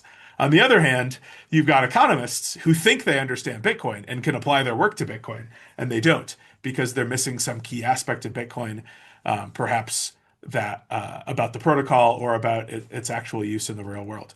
So I think it's important to get these skills and then meet with other people who understand Bitcoin and make sure that you're applying your skills correctly. Yeah, absolutely. And so I think now might be fun to enter a bit of a lightning round. So I'll ask you all this question, but Anais, beginning with you, what is a skill, so just one skill, that you think would make a student unstoppable when they're doing Bitcoin research? Good question. I think it would be being able to understand the context in which Bitcoin is being applied. And so that skill, how is it? It's more like taking Bitcoin out of the picture, but seeing Bitcoin as a solution and what solution it could provide, or understanding the challenges, the environment, and then seeing where Bitcoin can come in. So it's more of like a taking step back in terms of understanding the environment, the context that you're looking at and you're researching, and seeing where Bitcoin could fit as a solution. So I don't know if it's a straight one word thing, but I would say like that skills of kind of taking a step back, looking at the context before you kind of get into just writing about Bitcoin or researching about Bitcoin and in specific singular aspect. Yeah. And Troy, how about for you? What would that one skill be? Well, I want to echo Brad and, say that there's no shortcut to your disciplinary chops. Yeah. That's true. However, the thing that I wish I knew when I was doing philosophy, because I think it would have even worked in philosophy, is just to be fearless in asking people questions and asking for help, uh, because that's what it accelerated my own learning curve tremendously. I think learning about Bitcoin has been the steepest learning curve of my life, and I'm 54. And normally that happens in your like 20s. And it was exclusively because I realized that I don't have to go to the library to learn something, but I can talk to people. I know that's may just sound obvious to some people, but to me, it was like a real revelation. And of course, when you talk to people, you need to provide some kind of value to them as well. And they have to be willing to give you their time, and so you need to give them something back. But I wish I had known that and worked on that side of my life, decades ago. Yeah. Yeah. And Brad, how about for you? I'm going to cheat and say two.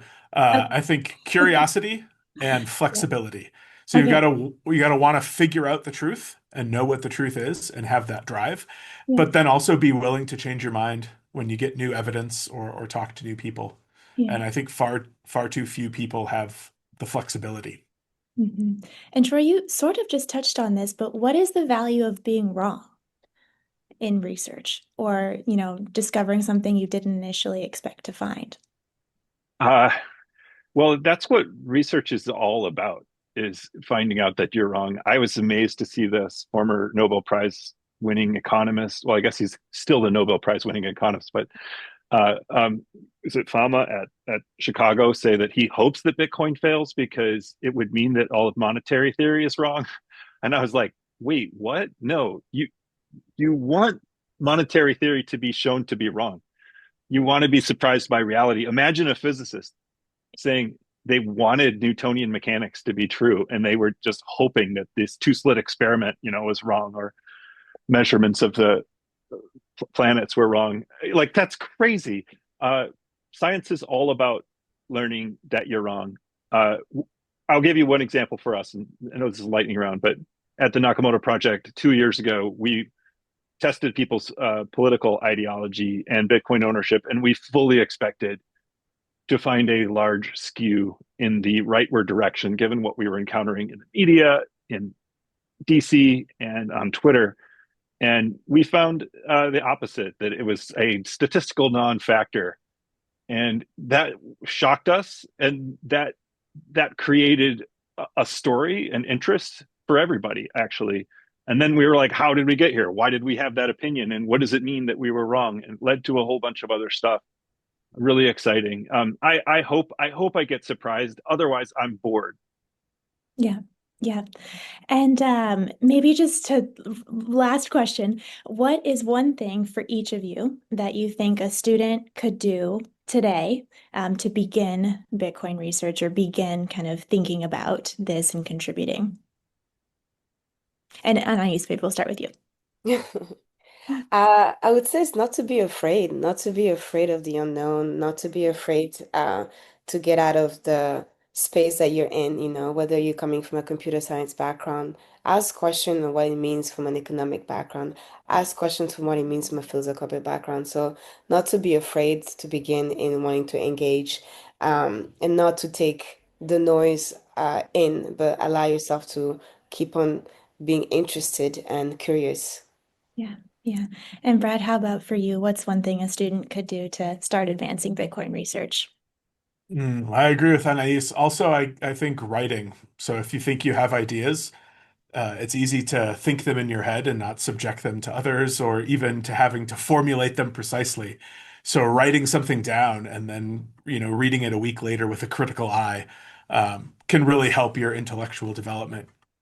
Yes. And Troy, to close us out.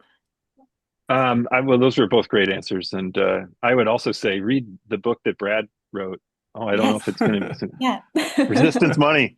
I think it's a great guide to starting out. I think what you start out with is important, and if you haven't read widely on Bitcoin, that's a really nice overview that will give you a place to dive in.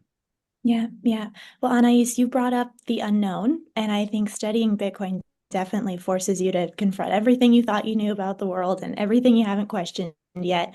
But that's kind of the beauty of Bitcoin research is that you're not just observing these unknowns, but you get to be an active participant in helping define it. And so I hope for all the students that are watching that it's very empowering as you leave and think about the next steps inside and outside of school. But I wanted to thank you all, Anais, Brad, and Troy, for your time and all the knowledge that you shared with us today and every day in Bitcoin, and for all you do around the world. So thank you all very much.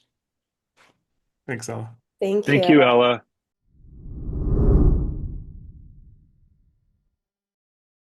Hi, everyone. Thank you so much for joining today. I'm Armand Dashti, a student at Claremont McKenna College and the founder of Claremont Bitcoin Club. And today we're here to answer a question I know a lot of students have, which is, how do you actually build a career in Bitcoin? We've had, this amazing opportunity with a great group of panelists today. Audie from Summer of Bitcoin, Danny from Learning Bitcoin and Unchained, Anya from Bitvocation, and Shiv from River. So, I'll guide the discussion, but mostly I want to let their great experiences shine today. So yeah, before we jump in, I'd love for, each of you to introduce yourselves briefly, what you do today, and then also, how your work connects to Bitcoin.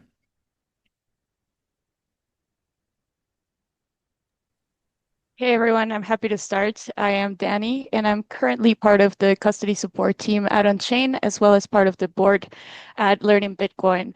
Thank you so much for having me. It's an honor to be here.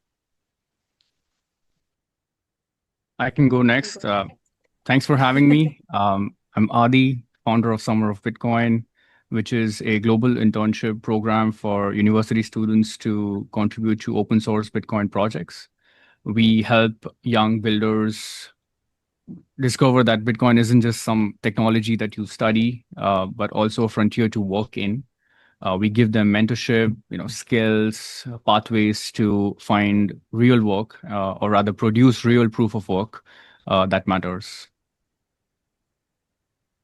Okay, I am Anya. I'm the founder of Bitvocation. We are running and building a resource platform for anyone who wants to work in Bitcoin. So for we make jobs in Bitcoin more visible and Bitcoiners, Bitcoin professionals more findable. So we are providing data and talent to the Bitcoin ecosystem.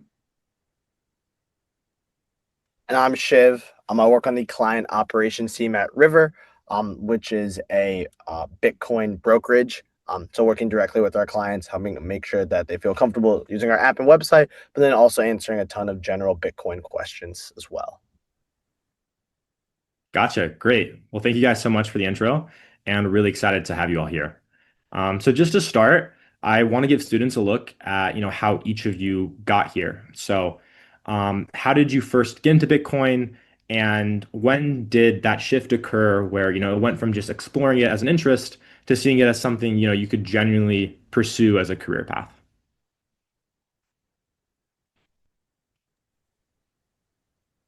I am happy to take this one as well. So I was actually part of the Bitcoin student networks before getting, I work in the space. Ultimately, I was part of my university's crypto club before we turned it into a Bitcoin only one. So pretty much that was what initiated my journey in the space, university, and being a part of that economics background, I think that it was very quick for me to know that Bitcoin was the thing that I wanted to do for the rest of my life as soon as it clicked, how it was going to make the world and everybody's personal life better as well. Yeah, I can go next too. One of my college roommates, actually was the one who got me into Bitcoin. He convinced me to buy my first position back in early 2021. And then throughout 2021, I continued to just learn more about it. Kind of started to, learn more about what money actually is and the history of money. So then got quickly orange pilled from there. Graduated from Ohio State in 2022. I was always interested in working at a startup. Always thought the fast-paced culture really appealed to me. And when I was going through that search, I discovered River, which was a startup in the Bitcoin space. So worked out well and been here for about 3.5 years now. So very grateful. Awesome. I can go next. I came into Bitcoin. This was several years ago, perhaps 2016, 17. And, I came the way many do, which is I was curious about money, I was curious about incentives and how something so simple could rebuild the world as we know it. The moment it shifted from an intellectual interest to a career path was when I saw how meritocratic the Bitcoin ecosystem really was and is today. In Bitcoin, nobody asks for permission or nobody asks for your credentials. They ask for your pull request. And yeah, I was a university student back then, had some experience with open source and community building, and that's how things got started for me. Yeah, I got into Bitcoin 10 years ago because I realized my savings were broken. I'm German, and we are all raised to be savers, not investors in Germany. And so I needed savings technology to fix that. And then, yeah, I kept studying Bitcoin, and yeah, I went so far down the rabbit hole that at some point I just wanted to go all in, not only with my money, but with my energy, my knowledge, my skills, and just contribute to the network. And I did a little detour through Web3. And then 2 years ago, I realized I'm a Bitcoiner. What am I doing in Web3? And I went to a conference because I wanted to figure out how I can be of service to the Bitcoin community. And yeah, there were so many people asking me how to find a job in Bitcoin that I was like, this is how I can be of service. And this is how Bitvocation started. Not directly, but as a result of that.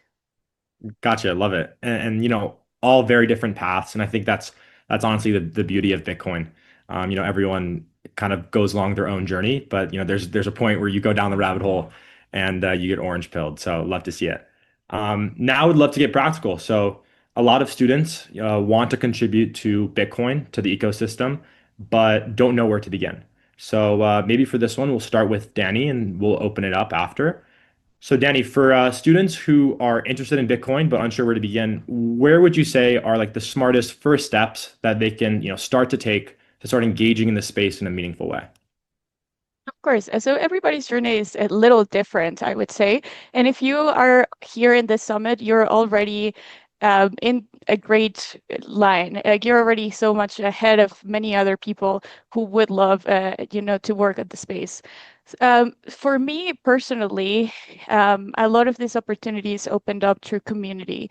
So my recommendation would be to keep on going to these kind of events, summits, and if impossible, also in person. But also once you are there, make that experience present and meaningful. So pretty much just don't be shy to connect. Don't be shy to reach out and have that confidence in yourself that, maybe someone might not answer the way you were expecting, but you're already you putting yourself out there, getting known. And eventually, I think that through being part of that community and standing to your own values, which reflect a lot in that Bitcoin community, you will start to get those opportunities just naturally. That said, I am talking about my own experience, so I would love to hear from the other panelists about their recommendations as well. Yeah, I love that perspective. Anyone else want to add? Yeah, kind of piggybacking off of that, I think it's important to realize like how early we are, like in the life cycle of Bitcoin. Sure. There's many people who probably think that Bitcoin is like this big fleshed out thing, but one thing we like to say at River is that we're in the first inning. Here in Bitcoin, there's a lot left. There's uh, a lot left to occur in the space. So, and the space is not at necessarily like as big as like you may think. Like obviously, cryptocurrency is a niche, and Bitcoin only is a even bigger niche in it. So kind of piggybacking off what Danny said, going to those like networking opportunities, like taking advantage of virtual networking. I got my job at River through LinkedIn. People are willing to chat. People are kind of closer together than you think. And after working in the space too, like that becomes more apparent. So I definitely would recommend like taking advantage of opportunities. And if you're interested in like kind of working towards this, it's very feasible. So just give everyone a little bit more confidence. 100% agree. And I think it's becoming easier now than ever with all the resources, at our disposal, like the Bitcoin Culture Hub and the Student Network. So definitely agree on that. I want to build on this by, zooming in on one of the entry points that a lot of students look at. So, summer of Bitcoin. A lot of students watching are either preparing to apply or, hoping to apply in the future. So just a follow up for Audie. Could you kind of talk a little bit about the early habits or actions you've seen consistently that set strong applicants up for success, during the program or after? Sure. So in our experience, the strongest applicants always they show up consistently, right? And specifically, they show up with two habits, and they do this before applying. One is they've already opened or reviewed at least one PR somewhere. Just to step back, I'm speaking for developers and designers, people who want to contribute code and design. That's who Summer of Bitcoin is set up for. So going back, the first step is to actually, show up and already open or review a couple of pull requests in the respective projects' GitHub repositories. And two is they write publicly, right? They write a blog or a tweet thread or a small walkthrough video of something that they've studied. So these two actions really beat any resume line. They show that you're curious, you're self-directed, you're not afraid to learn in public, which is exactly the kind of mindset we select for. Gotcha. I think that's the perfect testament to proof of work. So love to see that. And I also think there's a different but equally important angle to this. How students can really create value on a campus even before any formal opportunities. So Shiv, your experience I think is a great example of that. You've helped build Bitcoin University at Ohio State, and you're now working at River. So just a question for you: if you were suddenly back on the university campus today, what's the first concrete thing you would begin establishing yourself to get more involved in the Bitcoin ecosystem?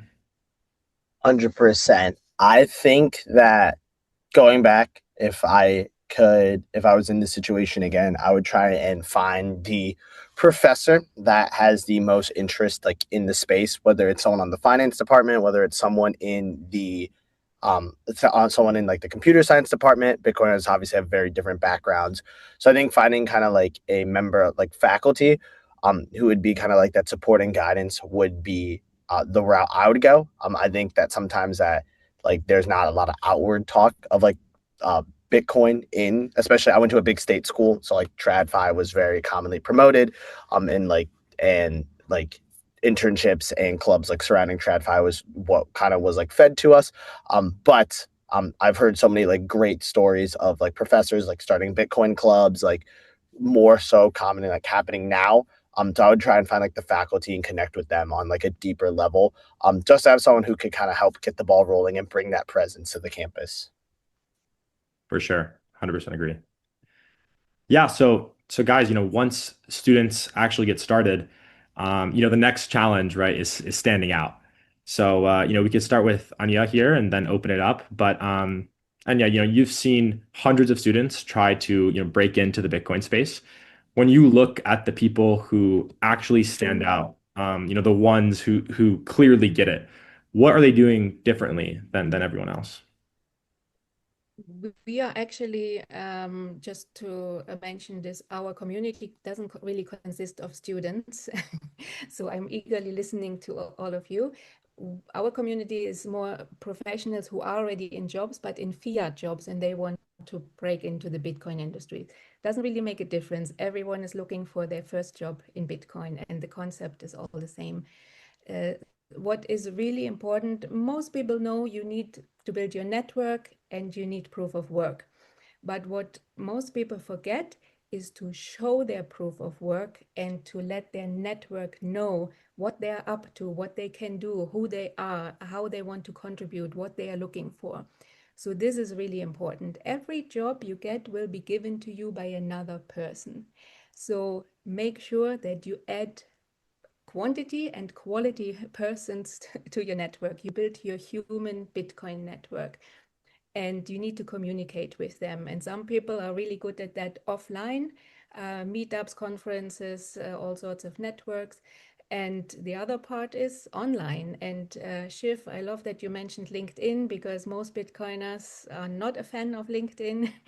But unless you are being bombarded with job offers, then you don't need to be on LinkedIn. But if you're looking to be found, you need to have a presence on LinkedIn because Bitcoin recruiters are on LinkedIn. And LinkedIn is a search engine, so make sure that your profile is updated and that you mention the keyword Bitcoin, ideally in your tagline in the first 40 characters, but also in your experience or in your interest in your about section. And if you go to opentobitcoin.com, you can also get the orange frame for your profile picture on LinkedIn, which is a high signal way to show that you are a Bitcoiner and you're looking for work in Bitcoin. Love that. And would love to get another perspective on this. Danny, what do you think? Oh, it's just it's hard because I agree a lot with Anya in everything she said. So I do think that having that what Addie mentioned, that consistency added with that proof of work and your network makes the biggest difference. And something that I forgot to mention earlier is that using the resources that are such as Bitvocation or even Bitcoiner jobs it's just it's very helpful, and I think it's underused and underappreciated, all the job that it is put behind that. Ultimately, yeah, not too much to add here. I apologize, Armand. No worries. Thank you so much. I would love to add. I love this question, by the way. How do you stand out? We've seen students from the last 5 years who've been applying to Summer of Bitcoin, and the ones who stood out were the ones who weren't looking at Bitcoin as a career category, but they were looking at it as a craft, right? These students, they don't ask, okay, what course should I take? They instead ask, what can I fix, right? What can I document? Who can I help? They have this really unique instinct for finishing the last 10-20% of the work, the grunt work, the ugly work that maintainers absolutely love. Again, I'm speaking for developers. And these folks, they go on to build a public reputation in terms of getting that last 10% done, and they share it, they publish their work, they comment, they talk about it. They're consistently engaged. Yeah, I agree. I think that drive is what's going to keep on bringing this industry to the light of a lot of prospective participants. And then now, kind of getting to the juicy topic, guys. So, actually getting hired, right? With the job market right now, it's so competitive for Gen Z. Understanding where the real opportunities are in Bitcoin, what companies look for, can be hard. So I think that information is very valuable. So to kind of throw it back to you, Audie, and then everyone else, if someone else wants to chime in, please. Audie, you've seen, countless interns make their way into the industry through the Summer at Bitcoin program. Across the Bitcoin ecosystem, what types of roles are there right now? And what do companies tend to prioritize when evaluating candidates? Yeah. So we've seen our alumni join, different companies and roles broadly across a couple of categories. One is, the protocol and core Bitcoin core adjacent engineering work. The second is around lightning and infrastructure engineering work. The third is perhaps, wallets, apps, UX, product design. And perhaps the last one is around education, research, community building, content creation, developer relations, and so on. And in general, and this is probably true for really all companies, not just Bitcoin companies, but specifically for Bitcoin companies, these companies, they prioritize your ability to learn fast. They prioritize your ability to work independently and asynchronously, because most of the companies operate remotely. And they prioritize proof of work, right? As we say, proof that you can ship high quality work without a lot of hand holding.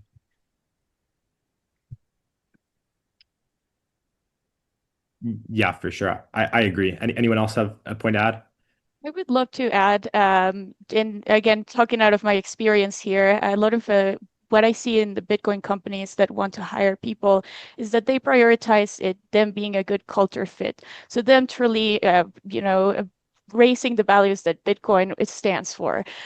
So there's a lot that can be trained. You can train hardware wallet knowledge, you can train many things, but you cannot train passion and that ability to show up consistently. Yeah. So just to wrap up, guys, running a little bit low on time, would love to, leave something for students that's actionable. So, if a student watching does only one concrete thing in the next month to move closer to a Bitcoin career, what would it be? And we can start with Audie first. Sure.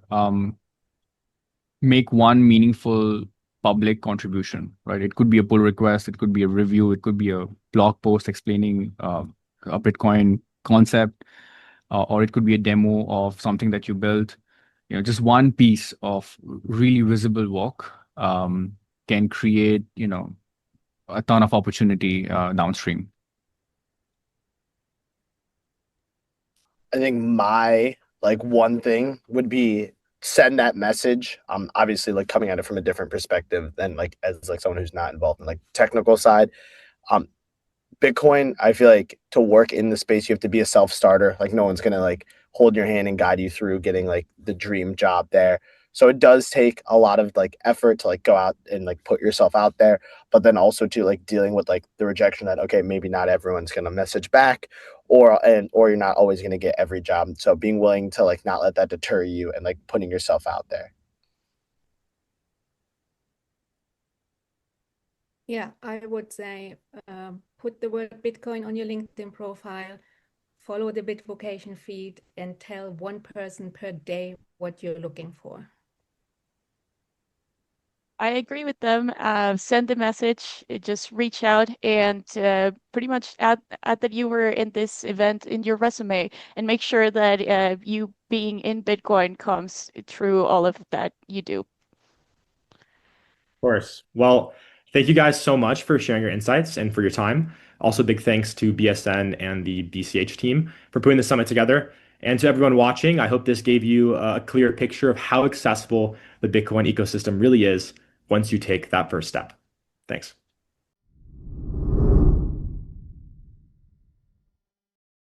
Hello, everyone, and welcome to the Bitcoin Students Network Summit. So far, you've heard from a variety of amazing professors, students, industry leaders, and to close us out, we have none other than Jack Mallers. Jack, you've inspired many to dive deeper into Bitcoin, including myself. So thank you for joining us and bringing this full circle. Thanks for having me, man. You're a friend, and I look up to you in many ways in all you're doing at HRF. So it's an honor to be here. Let's do it. Thank you, sir. For those who don't know, I kind of just want to start with your Bitcoin origin story. So how did you get to the point where you are now? My Bitcoin origin story starts with my dad. So I often say I'm not as smart as some people make me out to be. I just have a really good dad. So my dad got me into Bitcoin, late 2012, early 2013. I was dropping out of college actually, which I know to the audience I'm speaking to, I don't recommend that necessarily, but at the time, I was pretty lost, pretty devastated, and he was getting into Bitcoin around that time. And so you could say I found Bitcoin during that time with my dad, but I would say I more caught Bitcoin at that time because I needed something that I could believe in. I needed something that was bigger than me that I could be a part of.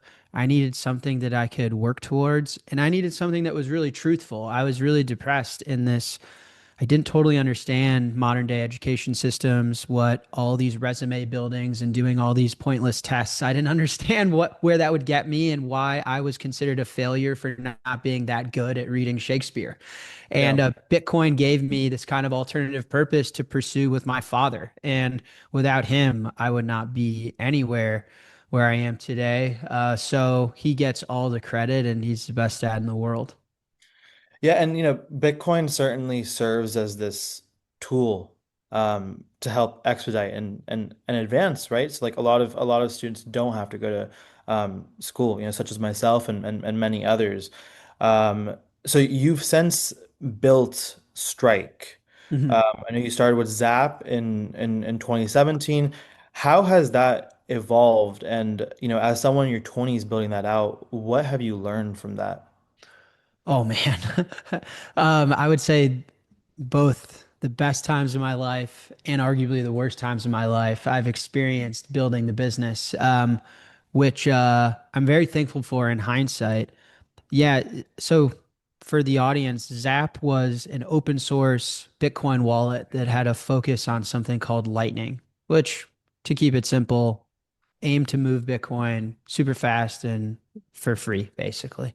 And I was one of the first to build that wallet. And it was not a company, it was an open source project. But I would say that was the first time I became a builder, I became a doer, I became a leader. Before that point in 2017, so from 2012, 2013 to 2017, I was really just becoming an adult and a man and trying to follow in my dad's footsteps and get to understand this thing and how the world worked and what I believed in and what I stood for. And then I started building stuff, and that eventually evolved into a business. And I think businesses are valuable because at the end of the day, I think building something profitable is the economic expression of making the world a better place because you're producing more value for the world than you're consuming from the world. And so then it evolved into a business. And what have I learned? I mean, at this point, we're probably one of the most profitable per employee Bitcoin companies in the world. So we've achieved an immense amount of scale. We're a category leader in different product lines like lending or brokerage or just how available we are globally. But my biggest takeaway was when I started the business, probably like a lot of folks listening, I thought my job was to predict the future. I thought my job was to decide what was best for other people. Like you watch the social network movies and you learn about Mark Zuckerberg, and that's who you want to be. You want to be the college dropout that is in their dorm room. I was in my dad's basement that defies all the laws of physics and creates something beautiful and amazing. And you're in the movies and you get the hot chicks. And I was really wrong about that. And in fact, Strike was on the brink of failure because I'm not very good at predicting the future, and nobody is. The state that all of us humans share is we can't change the past, we don't know the future, and all we have together is now. And that was a very humbling experience for me, is I'm not that much smarter than anybody. I don't know the future better than anybody. And in fact, I needed to just shut up and listen and learn. And that is when we became a great business, is when customers told us what they wanted, when we were patient, when we were more honest with what we were capable of and what we could commit to. And that has started this era of the business, which now has gone on to be a success bigger than I could have ever dreamed. So probably that was my biggest takeaway, is a humble listener, and learning more of how the world actually works, not what you grow up seeing in the movies. Yeah, and fast forward to almost a decade after you founded Zap, right, and started building on Bitcoin.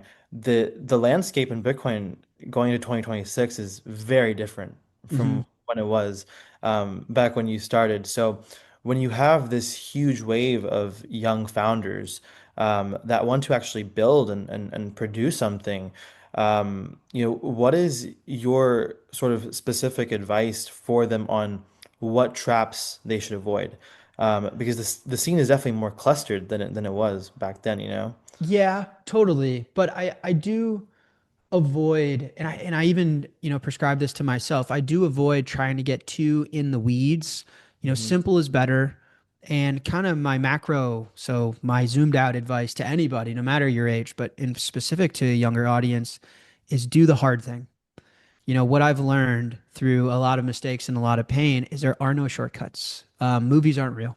And, no one's able to, I think humans are meant to be governed by Mother Nature, the laws of the universe. And that is some like what Bitcoin brings us versus something like fiat, is that we're governed by energy, or something like gold. We're governed by Mother Nature.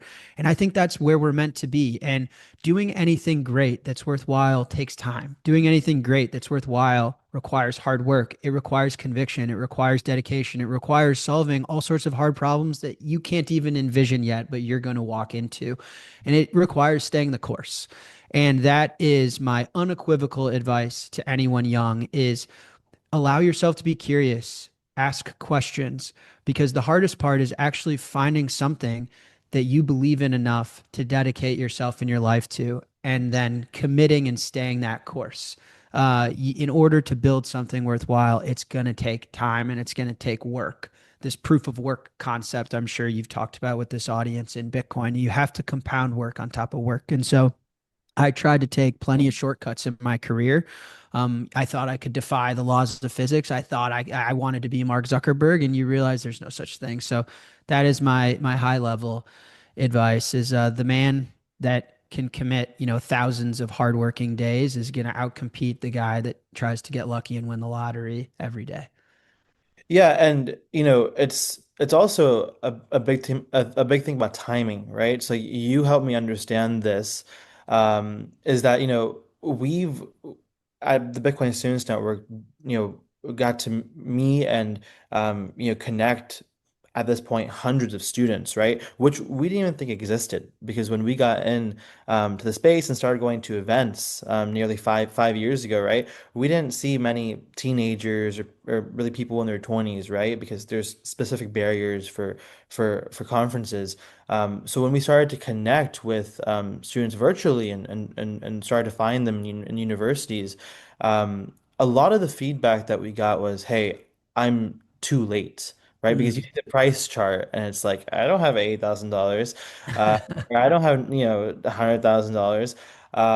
But what is your, sort of perception of timing for students that feel like I'm too late to the price chart, but it's, in reality, very early for building, right? And we both know that Bitcoin has a long ways to go. Yeah, I'll answer this in two parts. One, I think Bitcoin's opportunity is regards to market cap is 400 to 500 trillion dollars in size, and I get there in a fairly straightforward way, is that we all, as the human race, own about $900 trillion worth of stuff, and half of it we're using as money. So there's half the real estate owned, people aren't actually sleeping in. You can't sleep in 10 houses at once for the guy that owns 10 homes. So you can only sleep in one. So he's using the other nine to save wealth he's built, right? The art paintings that are sitting in vaults because they're worth $10 million, they're not consumed as art. They're not on their wall. They're used as a savings account. And so that estimates the amount of wealth that humans are trying to save and take forward with them into the future is between 400 to 500 trillion dollars. And Bitcoin right now, which is competing for that use case of how can you create wealth and then save it and then later exchange it for the things you need in your life, it's only at 1.8 trillion of the potential 400 to 500. So just to give you a sense of how early we are, I think we're very early innings. And then more practically speaking, as a business owner, into your latter point, I, for the first time in my career, feel like I built a product market fit business for utility in the industry this year. And I've been in Bitcoin, it depends on when you start counting, 12 years, 13 years, and I've tried Lightning, I've orange pilled governments, I've done it all. And Yeah. it wasn't until I launched our lending business where we've seen extreme product market fit, where people are actually using the Bitcoin on a hardware device and getting liquidity against it to put a down payment on a house, to start a business, to finance a medical emergency, to do whatever they need to do to improve their life. And so I think there's only been 2 or 3 successful business lines in this industry: buying Bitcoin, stable coins, and now maybe lending. But we haven't even entered the epoch of utility services for Bitcoin. Those are being defined even by folks like myself. Like, I've failed 20 times to have one thing that I'm actually excited about, that I'm seeing, Yeah. experience product market fit. So if that doesn't tell you how early we are, like, we welcome all entrepreneurs with open arms in order to serve Bitcoin utility services, so that the asset is more than something you purchase and put under your mattress. Right. So, you mentioned Bitcoin lending, right? And you mentioned all these different products that Strike has to offer when it comes to Bitcoin. A lot of people think that, a Bitcoin business model can just be, okay, buying and selling Bitcoin, right? And there's so much more to offer, because you're seeing what, this now market has, and what they want and what they crave. Um, focusing back on the point of Bitcoin, right? I'm sure you've experienced this, and you've went through this as I have. Why focus on Bitcoin, right? When you have, especially now, this entire market of crypto, and yeah, everything that we see in the middle, NFTs, everything, right? So why do you still choose to focus on Bitcoin? I think so. There's a philosophical answer, and then there's a business answer. The philosophical one is Bitcoin has one enemy, and that enemy is fiat. That enemy is the existing financial system that has suppresses a lot of society, and in particular done a tremendous amount of injustice to the youth. I think of government debt as the closest thing to time travel we've ever experienced as the human race. Because if money is our time and energy in an abstracted form, right? Because you get up, you get out of bed, you go do stuff for other people, and in exchange for the time and energy and sacrifice you're contributing to the world, you're getting this money thing. And so if money is by proxy a representation of you and your efforts, government's ability to borrow that at an extreme level is going into the future, pulling time and energy forward of future humans, of the youth, and expending it today to go to wars, expending it today to finance government programs that don't ever actually pan out to be anything. And so my point in saying that is Bitcoin's enemy is simple. It's fixing the societal chaos that our existing financial system has caused. All these other altcoins and cryptocurrencies, there's 10,000 enemies, and there's 10,000, NFTs were competing with art. Dental coin is competing with dentists, and it gets complicated. It gets convoluted. Bitcoin is better money. It's here to fix, I think, the largest problem in the world, the 400 to 500 trillion dollar problem in the world. And then that kind of parlays me into what I was talking about earlier, which is find something that you can be a part of that's bigger than you, and find something that you can work on that will last longer than you will, and commit to that and commit to the work. And so for me and my businesses, we're not constantly pivoting to flashy trends. We don't do what Justin Bieber is doing. We fundamentally believe that Bitcoin can solve half of the world's problems. And no one's going to realize that potential unless we do the hard work. And our success comes from me for 13 years doing the hard work, being the principled thinker, having ethics, having morals, sticking with conviction, even when other things are sexier or flashier or hotter in the news. And that is seeing the forest for the trees. That is seeing the hilltop that we're all climbing towards. And so as a business, it's paid off because we haven't gone through any of these boom or busts, or, our business hasn't evaporated with hype. And then philosophically, I could run this business till I'm 100, because it is very simple. I'm trying to solve, the biggest problem society faces, instead of, trying to innovate on how people invest in like clip art or whatever. Sure, yeah. And you mentioned how Bitcoin is actually, a direct impact of the irresponsible monetary policy that has brought us to this point, right? So I think that's a good point to drive home for the youth, is because everything that we're doing right now to build on Bitcoin is really for the next generation and the ones to precede it, because we envision Bitcoin as something that goes on forever, right? So what are your sort of closing thoughts, right? If someone that's watching this right now is, in university, close to graduating, even in high school, right? And they want to dedicate their 20s and even the rest of their life to Bitcoin. Um, how do they get started? And what is your advice for them? Solve someone's problem, be valuable to others. I think, listen, um, the time and energy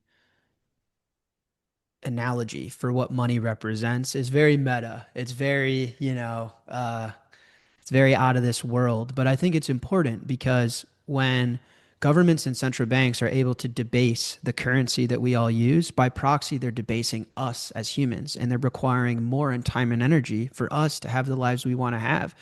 People used to be able to save and buy a home in 5 years. Now it's 50 years. People used to be getting married in their early 20s. Now average marriage age is in their early 30s, right? Like there's more time and energy required for us humans to have a sustainable life because they're debasing the currency. And so I think building an alternative is the most righteous thing you can do to be part of the human story. I say often, I think every human, no matter who you are, where you're born, your race, your religion, your beliefs, we all want two fundamental things in being part of this species. You want to be part of something bigger than yourself, and you want to be part of something that will last longer than you will. And the best natural example of that is family, right? Is creating a bloodline that will hopefully last longer than you. And by finding someone you love and you want to share your life with and having children, you're literally a part of something bigger than your individual self. I think Bitcoin is an incredible extension of these ideals. Bitcoin's going to be alive way longer than me, and it's way bigger than me. And it allows me to contribute to the human story in a really righteous way and solve one of our greatest threats to a prosperous society. So I think it's fulfilling. I think it's optimistic. And I think it's righteous. And so it is a very moral way to spend your time given you're interested in it. Obviously, if you're not, go be in the NBA. But right, if there's a version of me as a 20-year-old, that I'd be the point guard of Chicago Bulls if I could. But I joke, say Satoshi made me 5'8", 150 pounds for a reason. But Bitcoin's given me that level of purchase and an ability to contribute to something so much greater than me, which I think is an incredible achievement. Jack, thank you for joining us. Yeah, thanks for having me.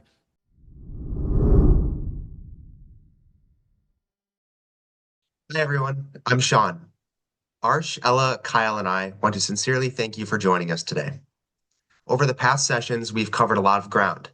We started with the basics, what to expect, how to navigate the noise, and the unique edge that students bring to Bitcoin.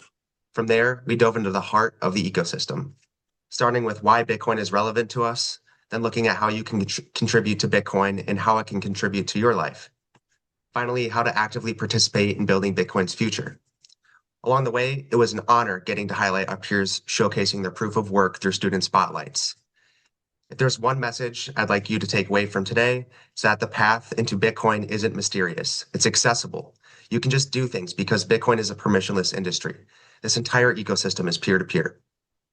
Yeah, and as Sean just mentioned, we hope that now today you can see that you don't have to go about learning and contributing to Bitcoin on your own. In fact, that's precisely why the Bitcoin Students Network exists, to really provide a starting point and a group of peers who care about building this better world together. And so if you're feeling energized or curious, then we would absolutely love to have you join the Bitcoin Students Network. A few easy next steps for you.